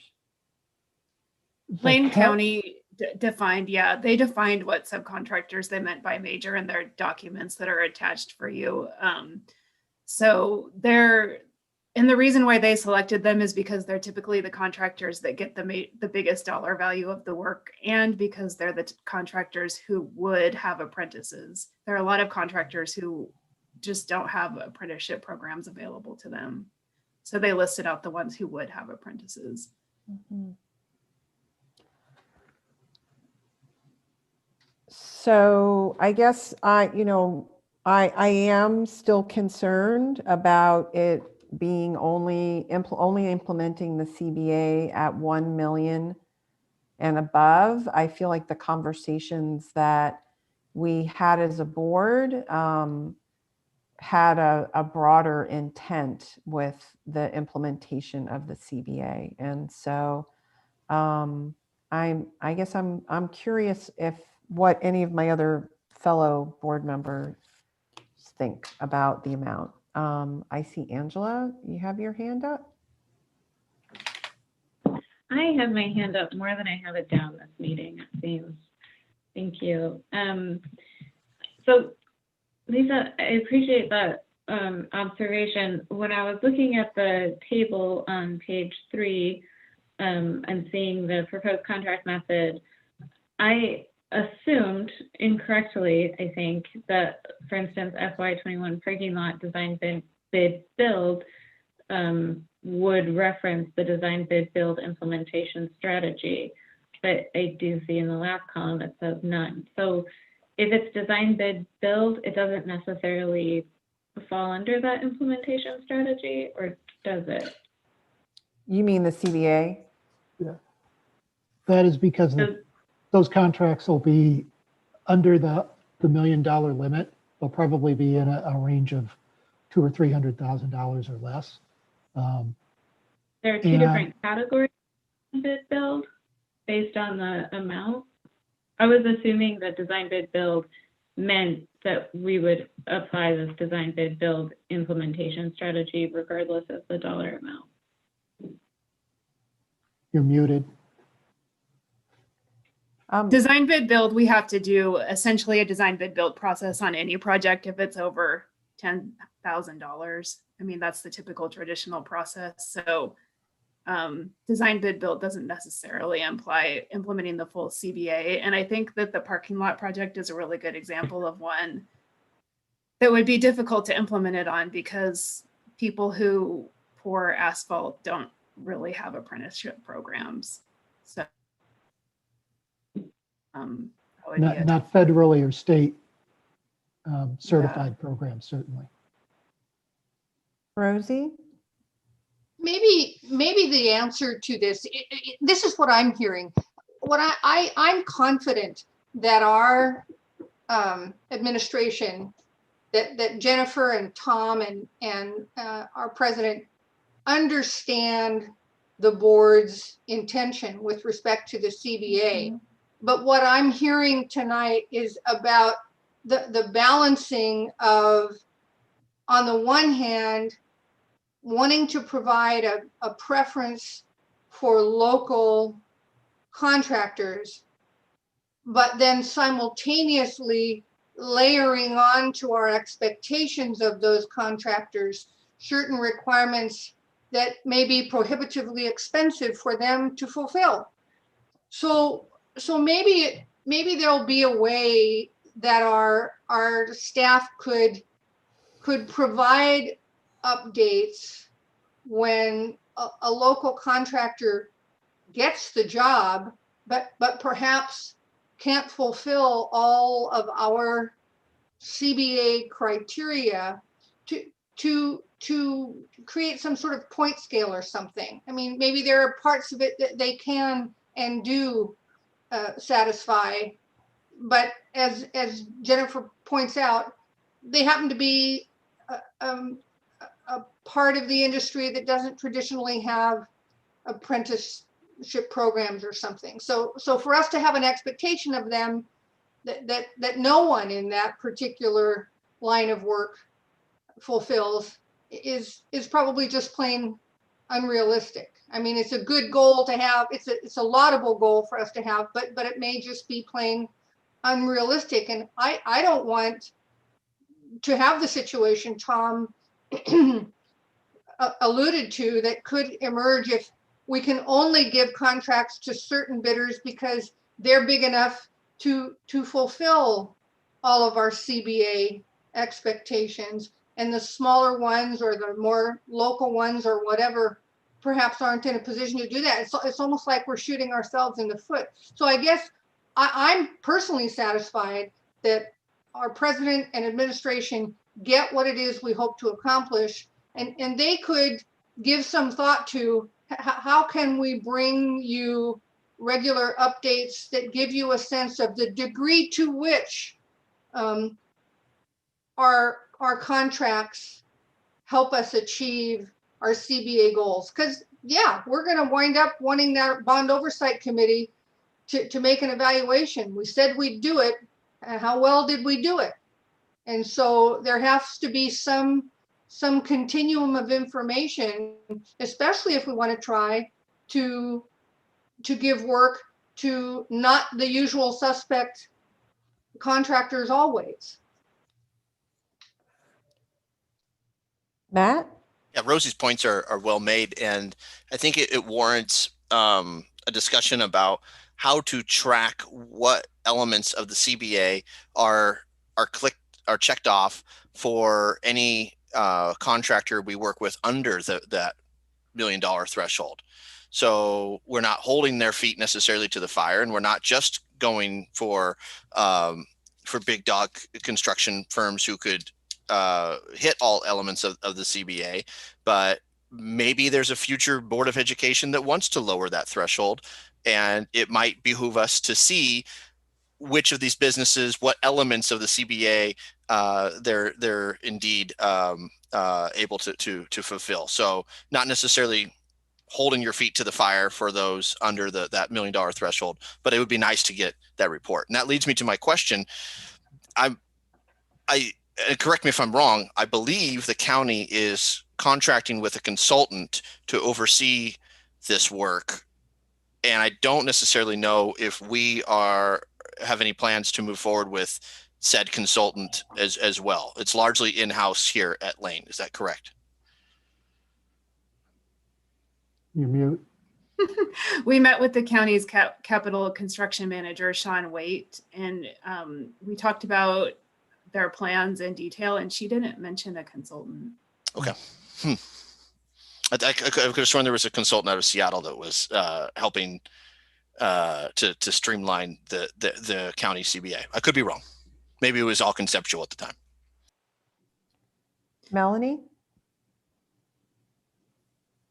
So I just wanted to make a general statement that I have an overwhelming number of questions, and I know we have the training set for the 9th. So one of the reasons I'm not expressing opinions right now is I just don't know what my opinions are on these until after that session. So I just wanted to kind of clarify my silence for everybody. So. Thanks, Melanie. I was wondering about that. Mike?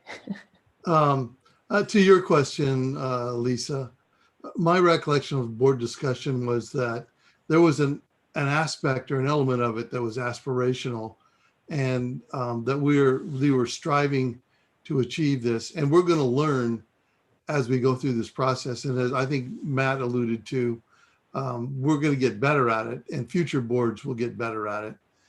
So I'm satisfied that we've bitten off a chunk that seems reasonable to me, and I concur with Rosie that I trust that the staff knows what we're trying to do, but I'm also comfortable with the idea that there's some aspiration in our goal, and that we're going to get better at this, and we may tighten things up in the future, or future boards may do that as well. Thank you, Mike. Rosie? Quick question. Melanie alluded to the training. It's not something that I personally am interested in because it feels to me like a level of operational detail that is not policy setting, and so it's not. But out of personal interest, I can readily understand why members of the board may want to have that training. And that makes me want to know if it's something we also offered to the various members of our bond oversight committee so that they too might be more equipped. Because remember, we picked a number of people who have no background whatever in capital construction, and perhaps they would find that information helpful as they do their assignment once a year as well. That's not a bad idea necessarily, but my concern with that is that I don't want to set the expectation that they have oversight over things like whether we select to do a CMGC process or a design bid build process, because that's really the board's Couldn't agree with decision. you more, Jennifer. Couldn't agree with you more. So maybe not. Okay, so I thank you very much, Jennifer and Tom. I appreciate all your hard work on this. And can I throw Yes. in one more quick thing? We talked about maybe for projects under $1 million, seeing what some contractors can do. And, you know, the way that bidding would work on those is that we would accept the low bid, and then we can't really ask contractors to do something differently than what they did as their low bid. And they're probably not going to be doing any of the things on the CBA list is my guess. But what we could do is we could think about requiring some of the things on the CBA list for projects under $1 million that we think would be reasonable for the smaller contractors. So Tom and I can look at that. I think we can also ask questions about whether they offer it or not, and maybe not as a graded qualification that as the county is trying to do in pre-qualifying, but to just have them fill out that questionnaire to see if they're in part of that. What that does To is gather the data, yeah, together it allows us to gather data, but it also starts to educate these contractors about the desire of the community to provide this. So I think that is, and the county talked about that a little bit too, as well. But as we get more into it, making people aware is half the battle. Great. Thank you. Okay, so I would like to move us on to our next agenda item, which is program and services sustainability timeline and process. And I believe we have that from Paul Jarrell. Correct. Let me share my screen. There's just a couple slides from here that I want to draw your attention to. So I think that we can probably move this along rather expeditiously here. Let me slideshow. Okay. Can you see that now? Yes. Okay, great, thanks. So I just wanted to remind you that basically what I did was I updated a couple key elements from a prior presentation when we had a discussion about this over the summer. And I just wanted to remind you again of the criteria that we used from our long-range financial planning documents regarding discussions around programs and program reductions during budget deficit times. Because that is a lever that we use when we talk about being able to produce a balanced budget. So those are there for your review. Again, while this is, I really want you to understand that this we envision this is kind of a perpetual ongoing process of continual improvement for our college. This is not a one-time event. That is driven by a financial need. This is really a constant endeavor to make sure that the college is always offering the programs that meet the greatest need for the community and for our students. Because of timing, we are focusing more narrowly the work this year. We're looking really mostly at high cost, low FTE programs that we have.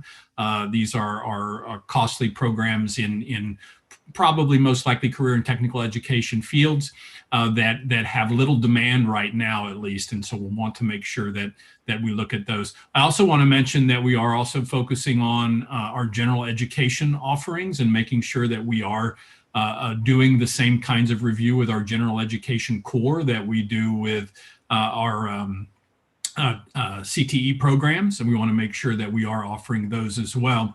And ultimately, you know, the end result of this work will be recommendations about, well, there might actually be no action based upon some of the work we've done, but I suspect that most of the work will come back showing that there are revisions that we need to make to the programs to make them stronger, more efficient.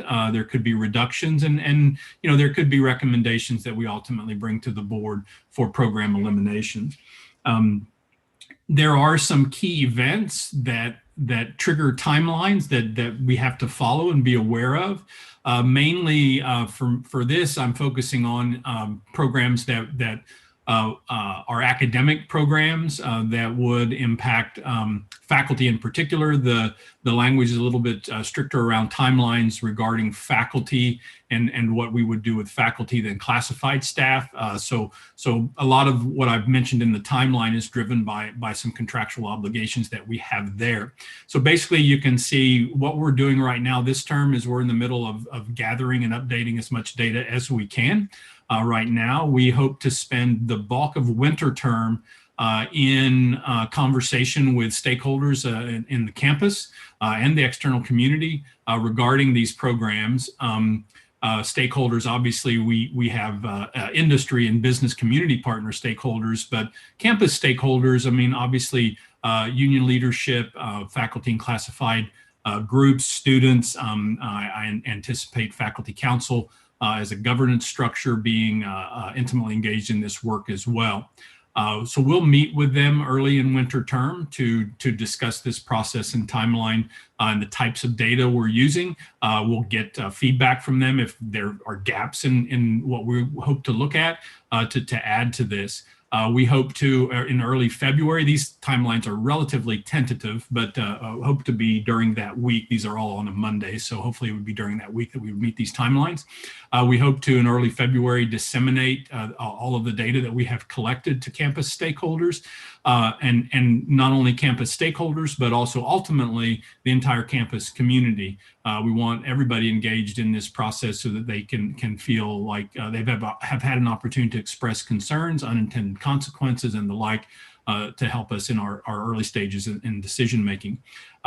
We hope to hold one or two campus-wide forums, and I suspect we would invite community members to those as well, regarding potential program reductions or eliminations, things that might impact programs. We want to make sure that we are getting all the feedback we can from individuals that are going to be impacted by any decisions we might make. There are two kind of key dates that we have to be aware of if there are ever going to be any actions that involve retrenchment of faculty in particular. In early March, we, per the collective bargaining agreement, we are obligated to meet with LCCEA to discuss potential programs that might be impacted by any decisions that we would make. And allow for an iterative process with them in problem solving around that. We will, once we get more of a further down a list of potential programs that might be impacted, we certainly want to interview specifically those program stakeholders to get another reality check on the implications of any actions that we might ask the board to take. And ultimately, our goal would be to, if there are recommendations for program eliminations to you, rather they be academic or non-academic programs and services, our goal is to bring those to you to the April board meeting for potential action. There is other language that controls some timing of notifications that have to occur by May 1st, actually, if there are going to be any faculty that are going to be laid off. So that's some of the language and that drives this timeline. I've just put in here for you just so you can see the exact language that's in the contract regarding these ideas, these actions that we would have to take regarding any kind of retrenchment activities toward faculty. The language I listed for you there. There is language in classified bargaining units as well regarding elimination of positions and things like that. But like I said, it's a little bit more, it's not so tied to a particular date, rather a timing in terms of number of days of notice and things like that. So we would follow all of that as well. again, just to kind of let you know the types of things that we're considering. We certainly are considering external needs. We are in the middle right now. I think you've heard us talk about, we're currently working with MC, a group that's doing a program demand gap analysis for us, looking at Lane County, actually the Eugene Springfield area, but also a separate analysis looking at employment impacts and labor impacts in Florence as well, recognizing that that's a different market there. So we've kind of partitioned that out. So we're looking at labor market trends and employment trends, and we are collecting those data right now. We are also in the middle of updating our standard data package for last year's data, so we have the most up-to-date data. We also hope to include data from this current term in this analysis. And basically around program outcomes, and we've listed those there for you as well. Internal demand, looking at trends over the past 5 years, as well as trying to predict a sort of post-pandemic recovery. What would be the impact for some of these particular areas that we might be looking at in a post-pandemic recovery? Different sectors are anticipated to recover at different timelines. Some sectors taking 5 years out to recover as well. So those will be things that, to the best of our capability, we'll try to include in our analyses, so that when we make a recommendation, we've really tried to look at all possible angles that we can. And also we're looking at, how efficient are programs. And I think this is where we'll see that there probably will be actions that we'll take that won't necessarily be board actions, because they won't really center around program eliminations. We'll actually be looking at, are we uncovering anything that would allow us to maybe chart a course that would make a program more efficient, meet the same outcomes, meet the same needs in a more efficient way. So we're also looking at that too. This is not an all or none thing. We really want to, ask questions about the programs we're looking at, if there is a need for them, and we feel that we are in the best position to provide that labor market need. Can we do it more efficiently than we are currently doing these things? If a particular program is operating at a substantial deficit. I also am fully aware that it all doesn't come down to numbers. Many of our academic programs in particular serve the community in ways that we can't really maybe capture on a spreadsheet.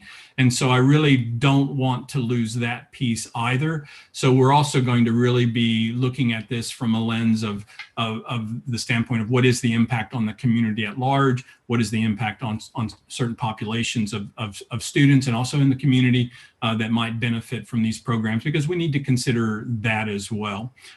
So we hope to look at all of that. And as I mentioned in the timeline, winter term is going to be the busy term as far as data analysis, data presentation, and discussion with stakeholders. And then we'll be looking to bring recommendations as needed to the board in April. So I'm happy to entertain any questions if you have them. And if you develop them as this work progresses, we certainly can field those questions as well. And I'm happy to provide regular updates as needed. Okay, excellent. I have several people in the queue, starting with Matt Keating, followed by Mike. Thank you. Thanks for this. And you touched on my consternation, my heartburn. I share that too, Matt. Yeah. When I look at the external needs, I immediately jump to, this sounds like a document for career technical education programs. Doesn't sound like a document for our vast and rich liberal arts programs. You really can't look at the labor demand for a great many of the programs that make for a well-rounded individual who comes out of Lane Community College. And so when I look at the more qualitative considerations, things jump out at me that we've heard from our latest program review process about recruitment and retention of students. I don't know if that would fall under the consideration bucket of, does this program serve students of college or the community in other ways? Earned media. whether it's a theater review or a story of goodwill that a particular program generates on campus. Revenue through Fund 9 accounts that's generated on campus. And so the other considerations feels a bit of an afterthought. And I wonder if those should be, I guess, woven into the external needs a little closer, or should the external needs element really drive home that these are geared more toward career technical education programs? I'd love to hear your thought, because I know we share the same values. I just don't want this document to be misinterpreted by our community. Yeah, I appreciate that. I think that, I look at it this way. I think I tried to kind of parse it out in ways that we would be able to obtain different kinds of data, not that ranking one slide first before the other was any more important. I think it is a holistic approach. So we'll look at all of these things holistically. I don't think that I don't share the same opinion that this is really focused on career technical education. I think that focusing on high cost, low FTE programs puts it in that category kind of right off the bat, because most liberal arts programs are going to not fall into that category. But having said that, we have not had at Lane a significant review of our general education offerings. And without that piece, we do need to ask questions. I don't think it really comes down to, more of a program elimination kind of piece, but I think we do have to ask questions. Does the breadth of offerings that we have, are we, and during times of declining enrollment, without looking at it, are we creating internal competition with ourselves, right? And not being able to look at it that way. So I think that would be more fall under that, as you look at the general education core and revision around that, it's more of a revision kind of thing, just making sure that we can continue to offer that breadth, and we are offering the appropriate breadth, and we're not creating that kind of internal competition, both for ourselves from a efficiency point of view, but I also think from a student point of view that we're making sure that we're providing them with the right tools to make good decisions about what general education courses fit their needs and interests the best as well. Mike? I'd just like to say that I appreciate this thoughtful and thorough presentation and all the work that went into it. I think that community colleges bear a special responsibility, and we have capacity that is different from four-year schools. And I think our communities rely upon us to be responsive, to be nimble, to anticipate what's coming down the road. And it seems to me that this document is designed to help us do that. So I appreciate the guidance that the document's going to provide. Great, thank you. Melanie? Yeah, I just wanted to thank you for this. We talked about this at the June meeting, and I had made a couple of comments, and I do see all of my comments reflected in here. So I just appreciate you taking all of that into consideration, and I'm very supportive of this going forward. So. Good, thank you. I do have myself in the queue. Paul, I'm wondering if you could talk a little bit about how the equity lens will be utilized in this process. Yeah, I think when we look at that, I look at it, and I think I alluded to this last time we had this conversation. I look at it a couple different ways. If we're thinking about the equity lens from the standpoint of groups of students that are disproportionately impacted by a program, either offering a program or eliminating a program, I think that's really important. I think that, when we look at it this way, we do have to ask the questions, are we getting students that may typically have been underrepresented in particular fields into those particular fields, and what are we doing to drive that, whether that's women in more of the typical male-dominated industrial arts, whether that's students of color that historically might not have been found in a particular program. I think that's really important to look at. And I also think it's important to look at what is the impact if we do make a recommendation with a particular program. I think it is important to look at what is the disproportionate impact on certain groups of students if that program were to go away. And that is assuming that there's not something else that is of interest or appropriate or worthwhile to try to direct those students into. I also am very passionate about not driving students that are historically disadvantaged into careers that are historically lower paying with little room for advancement. We do have the institution, not Lane, but the institution of higher ed does have a tendency to do that. And you do see students, especially students of color, that find themselves oftentimes in programs that have the least social mobility as far as an outcome for them. Now, I think that there's a way to fix that, and that's through making sure that our programs are stackable, that we provide ladders, that we do provide entry on-ramps, if you will, for students, but we also have to provide that ability to continue on that ramp and to provide even greater social mobility. Great, thank you. Anybody else have a question? Marge, I saw your hand. Did you want to add anything? No, Paul finished it up, took it right home. Paul and I have been attending the same national conferences. From an equity lens, we have a huge responsibility ethically to make sure we don't gear people into very low wage, dead end jobs. We have to make sure the pathways work that Paul is doing, though, is very important. It's so that they can constantly keep moving. And I don't mind starting somebody else entry level, as long as there's another place to go and another place to go. And it really is all aligned with, we chatted, I don't remember whether it was a month ago or more, but we did chat at one point about integration of non-credit and credit, this kind of one college model. And it's really that model that provides that on-ramp in a way that allows someone to get out of a cycle, whether that's a cycle of poverty, violence, drug abuse, whatever it is. There needs to be that on-ramp, right? And I never want to lose that on-ramp, but I don't want that on-ramp to be a dead end, right? I mean, it has to lead to even greater mobility. And I think it's on us to create the pathway that allows for that continued work and success to greater mobility. Okay, great, thank you.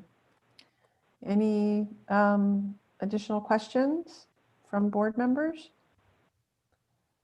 Okay, that was the last item on our agenda, but I am going to take us back to the policy work and see if we can get through. Thank you very much, Paul. You're welcome. See if we can get through a few more of those policies this evening.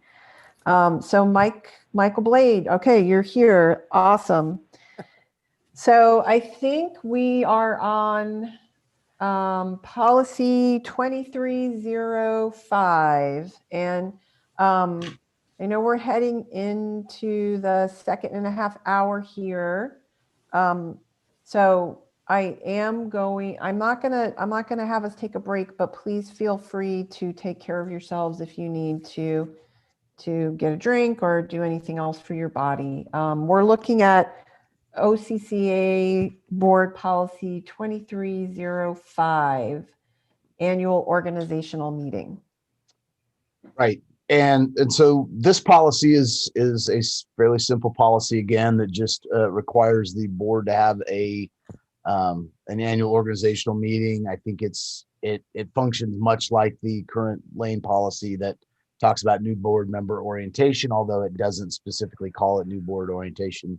It is more of an organizational, meeting to elect a new chair, vice chair, and do the various sort of ministerial actions that the board needs to take each year.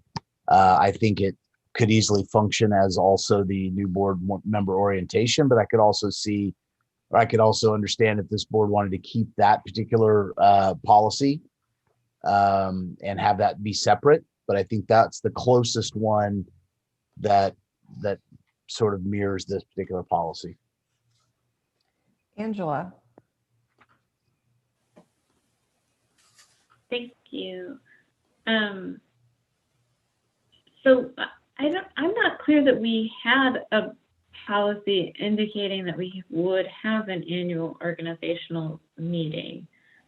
I guess I don't see that overlap maybe quite as clearly as you do, Michael. Yeah, But I'm I also don't, wondering- oh, go ahead.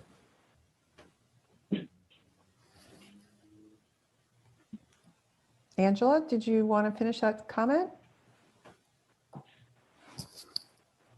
I was waiting for Mike. I think he had a. Oh, I was just going to say, yeah, I don't think this one particularly overlaps well. I do think that's likely what the reason for having the annual organizational meeting.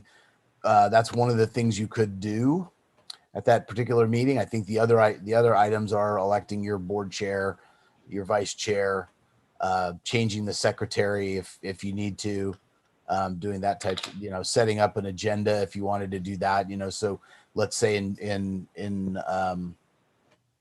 at the organizational meeting, you wanted to say, well, we don't need to do these work sessions anymore. We just want to have, our meetings on the third Wednesday of every month, or maybe you didn't have work sessions and you want to add them or whatever. So that would be the place for that. So you're right. It doesn't really overlap perfectly, but I think it's something that you could roll the lane policy into the OCCA policy.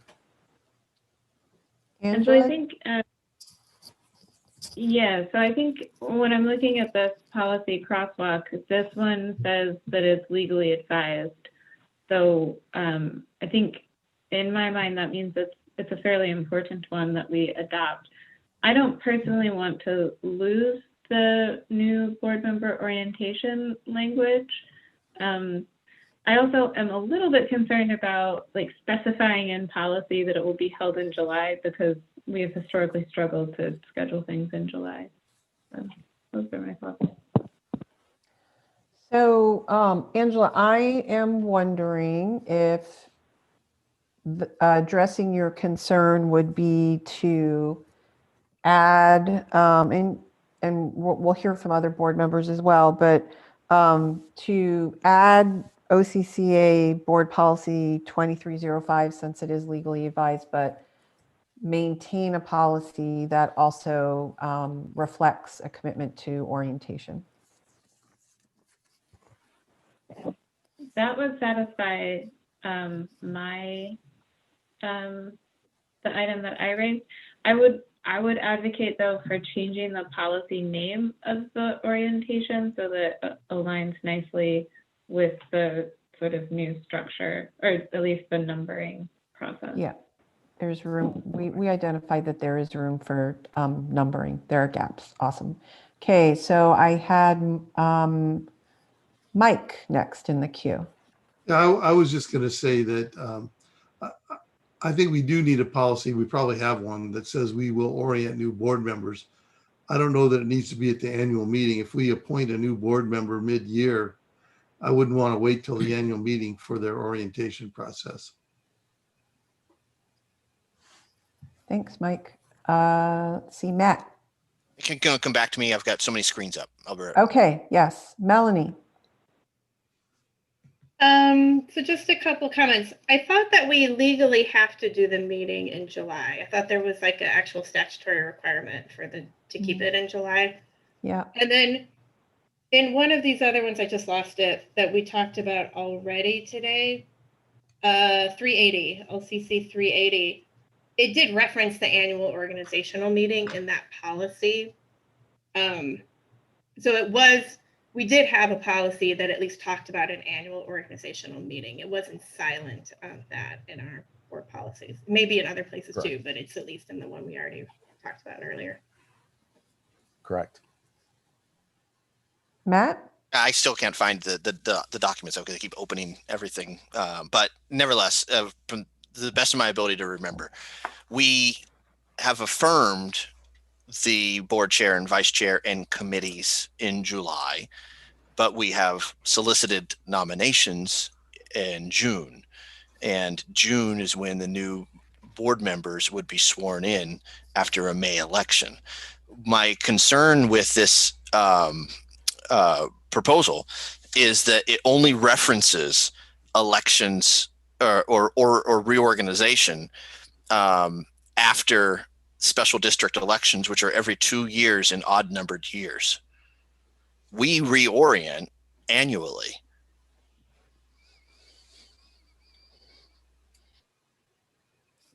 Michael Blade? Yeah, and that's fine. Like I said, we can keep the current policy in place if that's what our past practice has been. I don't think the current policy is at odds with the proposed OCCA policy. So I have no problem either keeping it and renumbering it, or somehow folding it into 2305, the language about new board member orientation. So I'm noticing that 2305 says an annual organization meeting, which we have annually, our meeting in July to fulfill those duties. So I am wondering about adopting board policy 2305 since it's legally advised, and we would take the LCC board policy 375 and adopt it with an OCCA numbering so that we maintain the orientation component. I'm seeing a lot of head nods, and Angela, does that address that sounded like it addressed your concern? Okay, so Mike, you got that?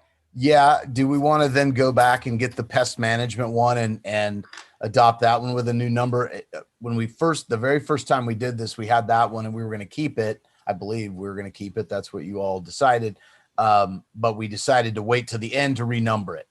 So but now we're saying we want to renumber as we go, which it doesn't matter to me. I just want to, if we are going to renumber as we go, we probably got to go back and grab that one and renumber it as well.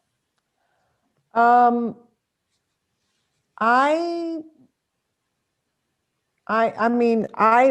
fine with it either way. I mean, I want us to have the most usable, easily referenceable system. And so it seems like having OCCA board policy 2305, and which is related to board policy 375, it would make sense to me to have 375 close by in this cluster. I'm seeing Marge's hand. Marge, what do you think? I'm agreeing with you, and I think we can just charge Mike to just go see if it's related to something else, because we found that there's a little gap in between, and if it really is close, Mike, I guess we can recommend to the board.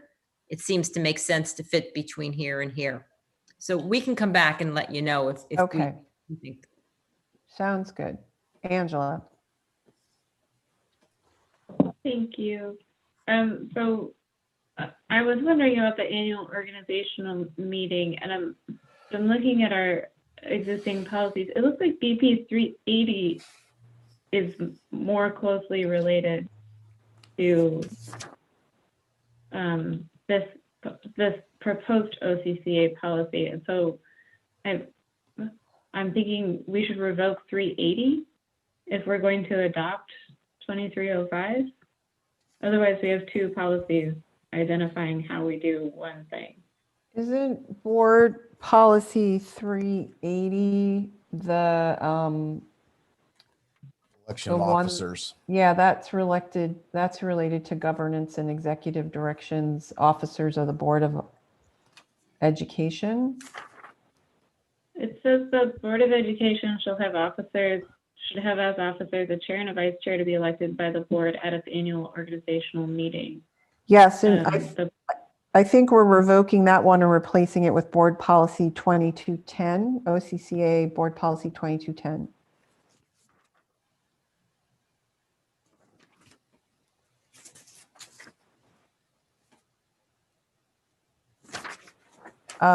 We discussed board policy 2210 earlier. Yeah, okay. That's fair. It just looks like to me 380 is more closely related to 2305 than 375 is. So that's, I think we're there are a lot of tendrils for these things. Yes, there are a lot of tendrils, and it's a lot of numbers, OCCA, LCC numbers. So, but it did seem like people were in favor, board members were in favor of adopting board policy 2305, but making sure we retain the orientation piece. So Mike will Okay. get Yep, that I can piece do for that. us. Okay, Matt? I'm tracking exactly what Angela, I'm picking up what you're putting down. She's right. 380 is directly connected to 2305. Okay, can you explain that to me? Everything Angela said. But I will explain it as I reopen it. All right, well. Hang on. I got it. So it talks about electing our chair and our vice chair at our annual organization meeting, our existing policy 380. That's exactly what 2305 just covered. The two are woven together. The only thing that 2305 doesn't do is it doesn't talk about the college president acting as the clerk of the district. We may want to marry the language from 380 into 2305 as per Angela's suggestion. Okay, well, based on our earlier conversation, we adopted board policy 2210, which will govern the things that are in board policy 380.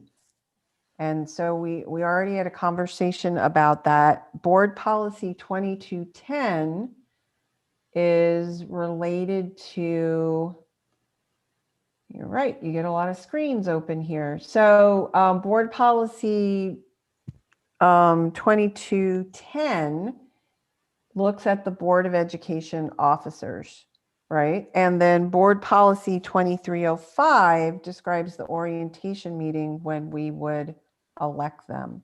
Correct, but 380 also directly references the officers, at least the first half of it. Angela.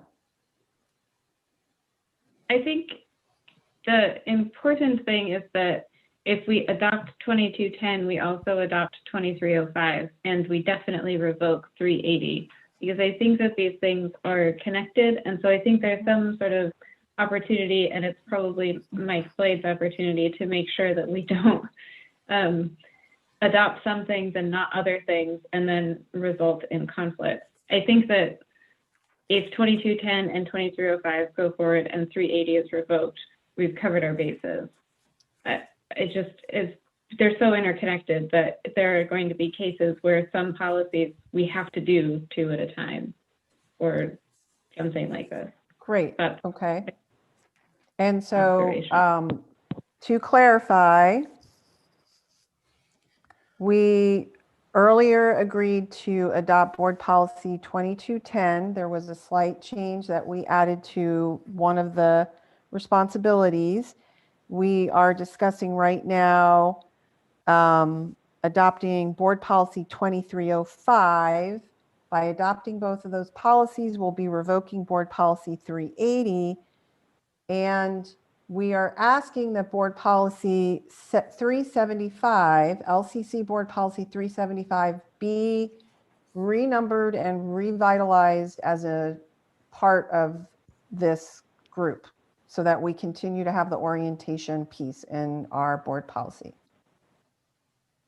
And I think the point that I'm just trying to make extraordinarily clear is that if we come to the board meeting and we want to pull one of those policies from the consent agenda, that may constrain our ability to adopt the other policy, because in order to cover all of our bases and revoke the appropriate policies so that everything is sort of appropriately aligned and not in conflict, that's sort of necessary.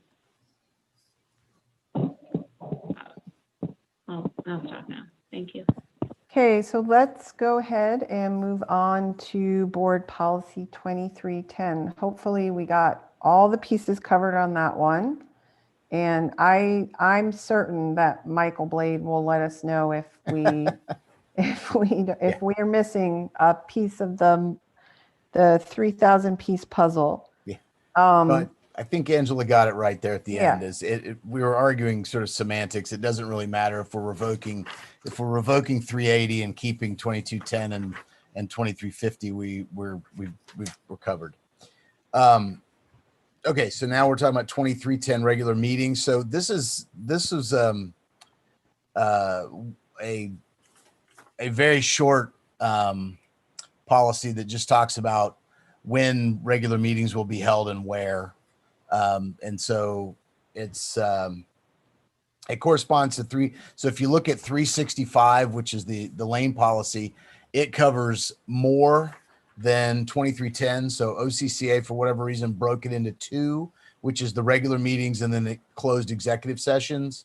And then OCCA also has another section. So I'm kind of hitting three in a row here, talking about special and emergency meetings that we don't cover in 365. So what OCCA has done is taken 365, split it into two, and added an extra one. So 2310 is regular meetings, 2315 is closed executive sessions, and 2320 is special emergency meetings. And 365 covers your meetings and executive sessions. Great. And so here's a good example. We want to look at these together. And anybody have anything on these three? Marge. Yes, it's a perfect time to add a phrase about virtual meetings, because when this all started, we really pitter-pattered around trying to figure out the legality of it. So we found out we're good. We can do it. So Mike, can we somehow say, rather than we can say normally be held at, we can give the address Sure. of the college, but this board likes to also, during times when we can gather, we like to go to Florence, we like to go places, downtown campus. So I think the day will come. I want to make sure that this captures that normally be held, but may be held at other campus locations or virtually, something like as approved by the board or as. Yeah, I might reach out to Karen Smith and see if they've Okay. redone this one recently, especially for virtual. And I know this board travels around at other community colleges to do the same thing. So they may have thought of that after the fact too. So I'll check and see if she has language. And if not, I'll draft some, run it by her, and then put it in. Great. Rosie. In years past, this part of a board's policies or bylaws would also have spoken to the circumstances under which telephonic meetings could be held. I don't know if telephonic meetings are kind of passé because we can do it via Zoom. We don't have to do it by telephone. But should we have something in there about telephone meetings? You know, we've talked about, do we need to have an emergency meeting to deal with X? And the simplest way to have a readily called meeting is by telephone. Properly noticed, of course, but by telephone. Public bodies can have telephone meetings, but they're usually, the circumstances and the requirements are spelled out somewhere in a set of bylaws or perhaps in policy. So that's my question. Yeah, I think that I'll add that to the list of virtual, telephonic, and a meeting at a different place, and see if she has some language for that. If not, that shouldn't be a hard thing to add. But I agree with Rosie. That's something that we should have probably in certainly in the regular meetings and also the special and emergency meeting sections. Great. Thank you for bringing those things up, Marge and Rosie. And I'm fine with all three of these, but I did want to clarify for myself. If we decide to change the date of our board meeting, we would need to change the policy. Is that correct? Well, yes, the way the policy is written now, because you're tied in, it doesn't have to be the third Wednesday each month. You could, if you decide you want to meet on the second Wednesday or the first Monday or whatever, yeah, you'd have to change the policy unless it's a special or emergency meeting. Okay, just wanting to be clear on that. I am not advocating for changing anything. Mike? I think specifying that in policy is too rigid, and that should be a practice, or I don't think we want to lock that in on a policy, a meeting date. Rosie? Yeah, I mean, one way to deal with that is just to word it differently, something on the order of the board of directors convenes a regularly scheduled meeting at least once monthly on a date published consistent with Oregon Public Meetings Law, or, like that. And that way we're not locked into any date. It just says we absolutely hold a meeting every month. And in that case, you might have to say, with the exception of whatever month you said we take a pass and we don't meet that month, August or something. I forget what it is. Yeah, where the board convenes, 11 meetings once per month, yada, yada, yada. Right. You could come up with a way to write around every third Wednesday. Yeah, I don't think that would be an issue. We can draft that so that it's a little more flexible. Angela?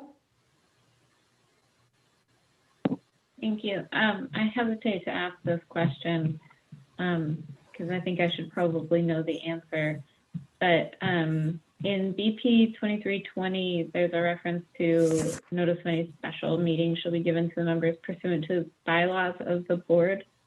Do we have bylaws? Nope. What we're doing right now is the equivalent of bylaws for another policy board in another setting. The kind of policies we're writing right this instant would be called bylaws. So we can change But if that we don't- wording. Bylaws. Okay, thank you. Okay, so I think we are through with 2310, 2315, 2320. Yes, and I think 2330, I can't imagine there'll be any conversation around this one. It just basically says that a quorum is a majority and you require a majority to vote to transact Well, business. don't make any assumptions Well, about this that's board. true. Angela? You know what happens when you assume. That's right. So I have a question about quorum, I think. And I think maybe I'm thinking about a different thing right now.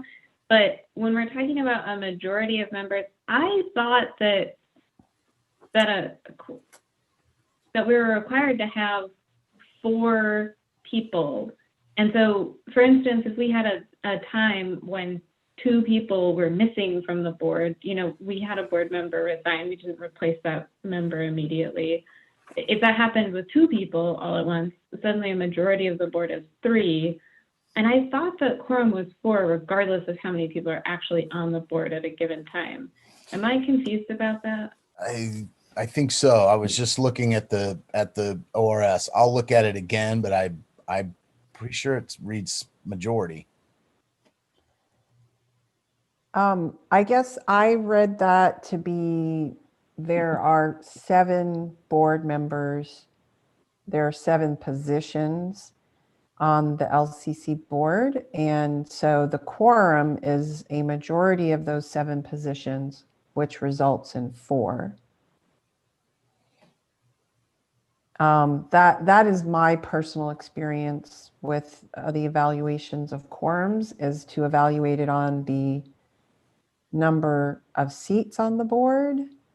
But I will leave that to Michael Blade to figure Yeah, out for I'll us. look that out and I'll send. I can't find it immediately, so I'll just send all of you an email Okay. and just explain what it is. Okay, but otherwise, are we good with adopting a quorum policy for quorum and voting? And we can. Well, move ourselves- yes, may I ask a clarifying question then? Yes, Matt. So there's one board member absent tonight. If I, for some reason, had to go walk Vegas for an emergency and leave the meeting, that I would say changes. no. Well, right. I thank you. So that would change, though, the makeup of what, let's say this was an actual meeting and not a work session. And so reducing the number from 6 then to 5, you would need 3 votes to get a majority of those present. You would not necessarily need the 4, which would constitute a quorum, not a majority, because there would be the majority of those board members present at any one particular meeting. So I think we're not going to go down the rabbit hole of philosophical conversations and metaphysical realities about who's here and who's not. And you may not go walk Vegas. Vegas can just come say hi to me right now. But I know that Michael Blade is going to clarify that for us, and we will not move forward with this policy if we do not have a clear understanding of what it is we are adopting. Marge? Yes, I'll do You that. said it perfectly. Michael will clarify. Thank you. Thank you. All right, awesome. We are, see that last group we got through very quickly. I knew we could do it. And there are a couple that I know we have some work to do on, and we'll get them ready for the consent agenda. And I'm just going to remind everybody that we can pull them from the consent agenda if need be at the board meeting. So our future meeting dates, our board meeting is scheduled for December 16th and 6 p.m. As far as I know at this point, we do not have an executive session planned for that meeting. We have a board retreat scheduled for January 16th and a board meeting scheduled for January 20th. We will not have a work session in January. I am wondering, I just would like to get a sense from people in terms of our board retreat. Are people preferring after lunch or before lunch? So I just want to get a quick consensus here so we can, because we're going to start doing some planning for that. How many people would prefer to meet after lunch? What day of the week was it? It Saturday. is a Saturday. How many people would prefer to meet before lunch? How about people who don't have any preference? All right, that makes it easy.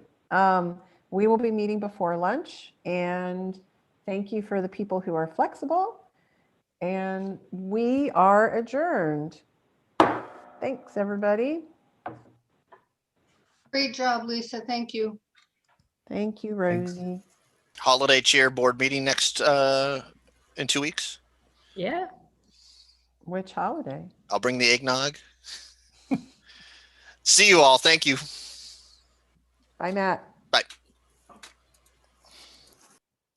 Bye, everybody. Bye.